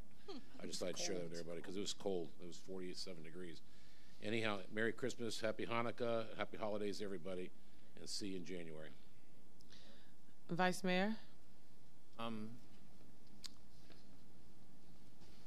A lot of the things that I was going to mention we already talked about, but I just wanted to mention, because it's been brought to me before, that maybe we can look at installing a metal detector at the front door of City Hall and some security checks based on the state of things in the world today. Even if people are just coming to pay their bill, they should be able to show their ID. It's a sad state of affairs. Those of us that are older understand that. So can we look at getting a. Yes, sir, we're doing that. Okay. And then, you know, the question still keeps coming up about the stop sign at Northwest First and Bryan Road. So going to a meeting this Thursday with the MPO, so I'll bring that up with them again. I know the conference room is coming along. When we get to a certain point, then I'll do the other things that we talked about, Colin, with the window and the furniture. So that will probably be after the holidays by the time we're ready to look at those things. Or sooner. Good. I was with Bobby at the League of Cities up in Orlando the last Wednesday, Thursday, and Friday, and seeing people from 67 other counties and 462 other cities in the state of Florida, and hearing from mayors from other cities was pretty interesting, because during Hurricane Irma and the aftermath, we all had similar problems with trash removal. So whatever situations we faced here, we're not unique. Everybody, I think 67 counties in Florida, and Irma hit 48 of them. So the statistics were there. I have a lot of other information I'll bring back at a different time. And then on a personal note, December the 11th of the year 2000, which was 17 years ago tonight, I met somebody that changed my life. Is it me? Me? All of you. Right. And everybody that knows me knows who it is, so no introductions necessary, but thank you. It was Lewis.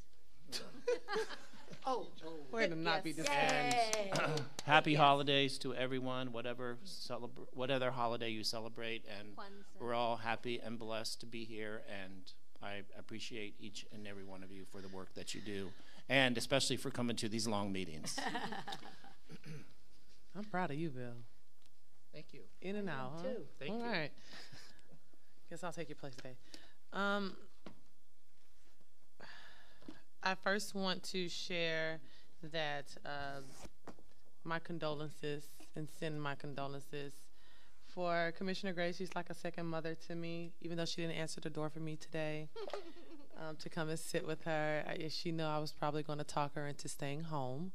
As we all know, she is very stubborn and bullheaded, but has a heart of gold. And you know, I don't know the feeling, but I do offer you, you know, my love from my family to yours.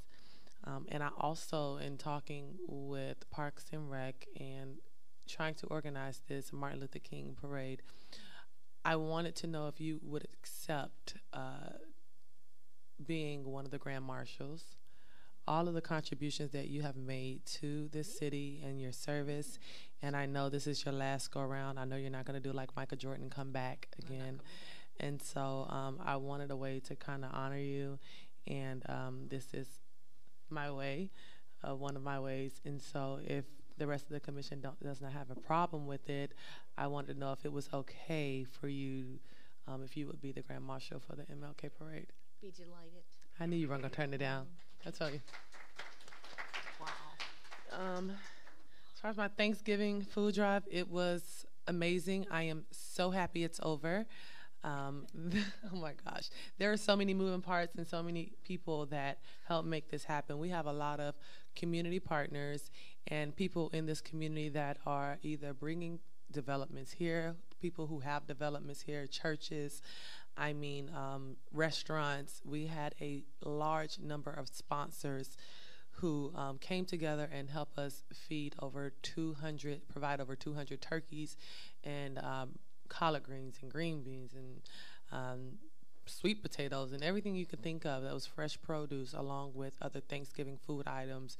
That were at least 100 bags of Thanksgiving food items, and I am so very thankful for BSO for being there to kind of help control the traffic in that area, because it far exceeded my expectations. It's growing every year. Next year, I think we're probably going to have it at the Patch with the help of our CRA director to try to coordinate it there to possibly bring people out to the Patch as well.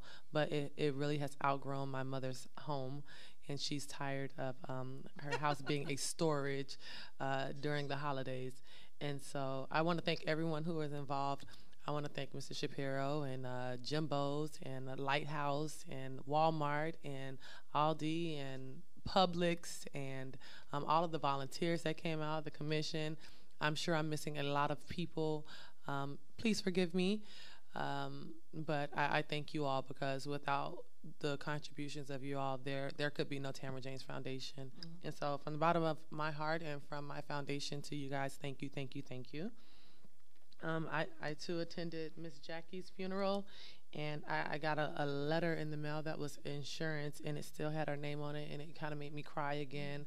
I cried like a baby at that service. It was a beautiful service, but it was so sad because her spirit around here is going to be missed, and she has some tremendous shoes to be filled. And so I'm looking forward to see how that process goes. I lost my son like 5 times at the Christmas tree lighting. Oh my gosh, he had an amazing time. Thankful to South Broward and Olsen, who brought out their little drummers and their band. And I do think that we need to look at better lighting here at City Hall, especially at night. It was very poorly lit, and I'm not sure if the lights weren't working, if we can have solar lights here, but I know they have some new solar lights that are like LED, that are very, very bright, and that encompasses a larger amount of area. I would like to see City Hall way better lit. It doesn't make sense to have metal detectors if you can't see when you're walking outside. So that. Mayor, they had to fix those lights, and I already asked them to see if they could put some solar lights around. Okay. At your request. Commissioner? Mayor, Waste Management, Tony Spadacia, was talking to him on the phone, and he has offered for our next year's event to participate any way that we need him financially, or maybe we want to give food out to the people that attend. That would be nice. Okay. Are you gonna coordinate it? Oh, you better believe it. Okay. Thank you, Waste Management. And speaking of City Hall, I am working on something to kind of propose. Maybe even a new City Hall or something. By the time we finish with all these renovations here at City Hall, we're going to be putting a Band-Aid on something that we can make new again. And so I'm just looking at different options before we go out and spend $5-6 million on a lot of renovations, much needed renovations that are here, so we can have one complete building all up to code, that we could have our EOS, isn't it? The EOC? EOC, I'm sorry, it's late. Our EOC building here, and we don't have to worry about our firemen climbing in the roofs or worrying about a plan to escape if the roof comes off and we have to go into the garage, God forbid. And so that's something that I will be bringing to you with more studying. I will be bringing that to you, and I would like to thank Raquel, who's our new CRA director, for bringing the Arts and Seafood Festival back to Dania Beach, because we had recently voted for it not to be brought here, but we are going to have it this year. You said no? She's saying she didn't do it. You I did it. said, we're going to say no, wait. Well, it was with your leadership that you really got us all on the same page, because we weren't at first. And so I thank you for your leadership, and congratulations on that. And with that, I guess I would say happy holidays. Thank you all for continuing to stay. You guys are our loyal people that always stay to the end of the meeting, and I am gracious and thankful for you. And sitting on this side of the dais, it is way harder than you think. A lot of times it has you torn in between and stuck in between a rock and a hard place. But I do think that we all up here do the best that we can for our city, and because we love our city. So, Commissioner Brandon Martin, your lights on? No? Okay. Okay, so that is that. Now we have to go to appointments. I know I have an appointment with the Dania Beach Housing Authority Board. Did you receive this? What's that? Oh, I have a young lady that is interested in being on the Housing Authority. Her name is Katricia Bryant. I might be mispronouncing the first name. I need to meet her first. 741 Southwest 3rd Street. I'll pass that down to you. Yeah, I need to meet her. Oh, you got one? Well, I want to meet her first before I just stick her on there. Whose place is this new person taking? It will take Tiffany Carlisle's. She was expired in October 31st, and I tried to put Ivy on there, but she doesn't fit the qualifications that are needed for this particular appointment. So I'll save her for the next appointment. So, okay, I'll look into this, and she has a phone number. Great, thank you. Okay. So I guess I'm going to defer that to the next meeting.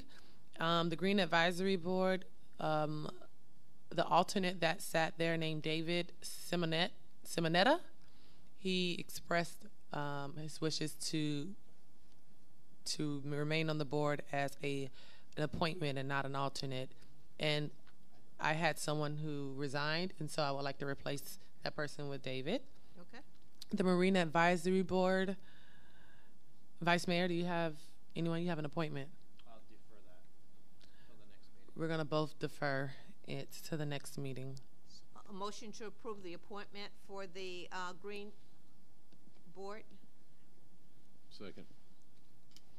All in favor? Aye.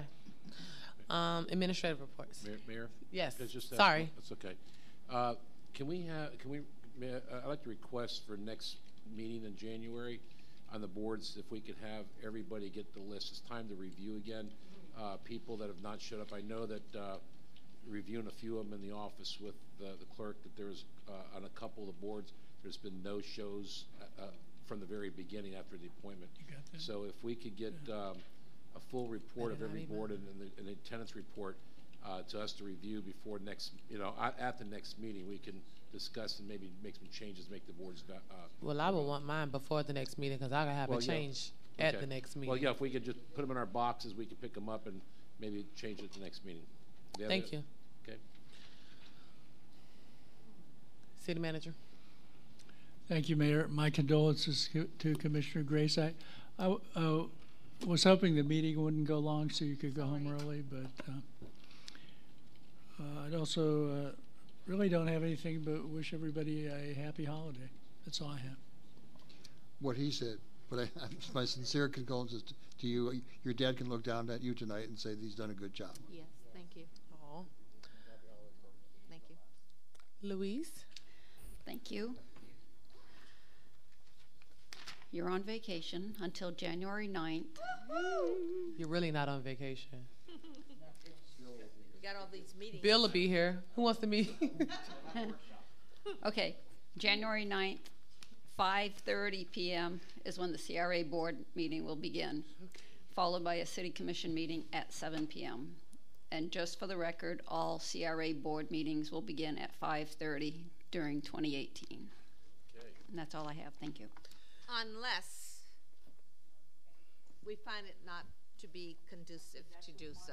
I kind of like the break that we had tonight, though. All right. Well, happy holidays. Meeting adjourned.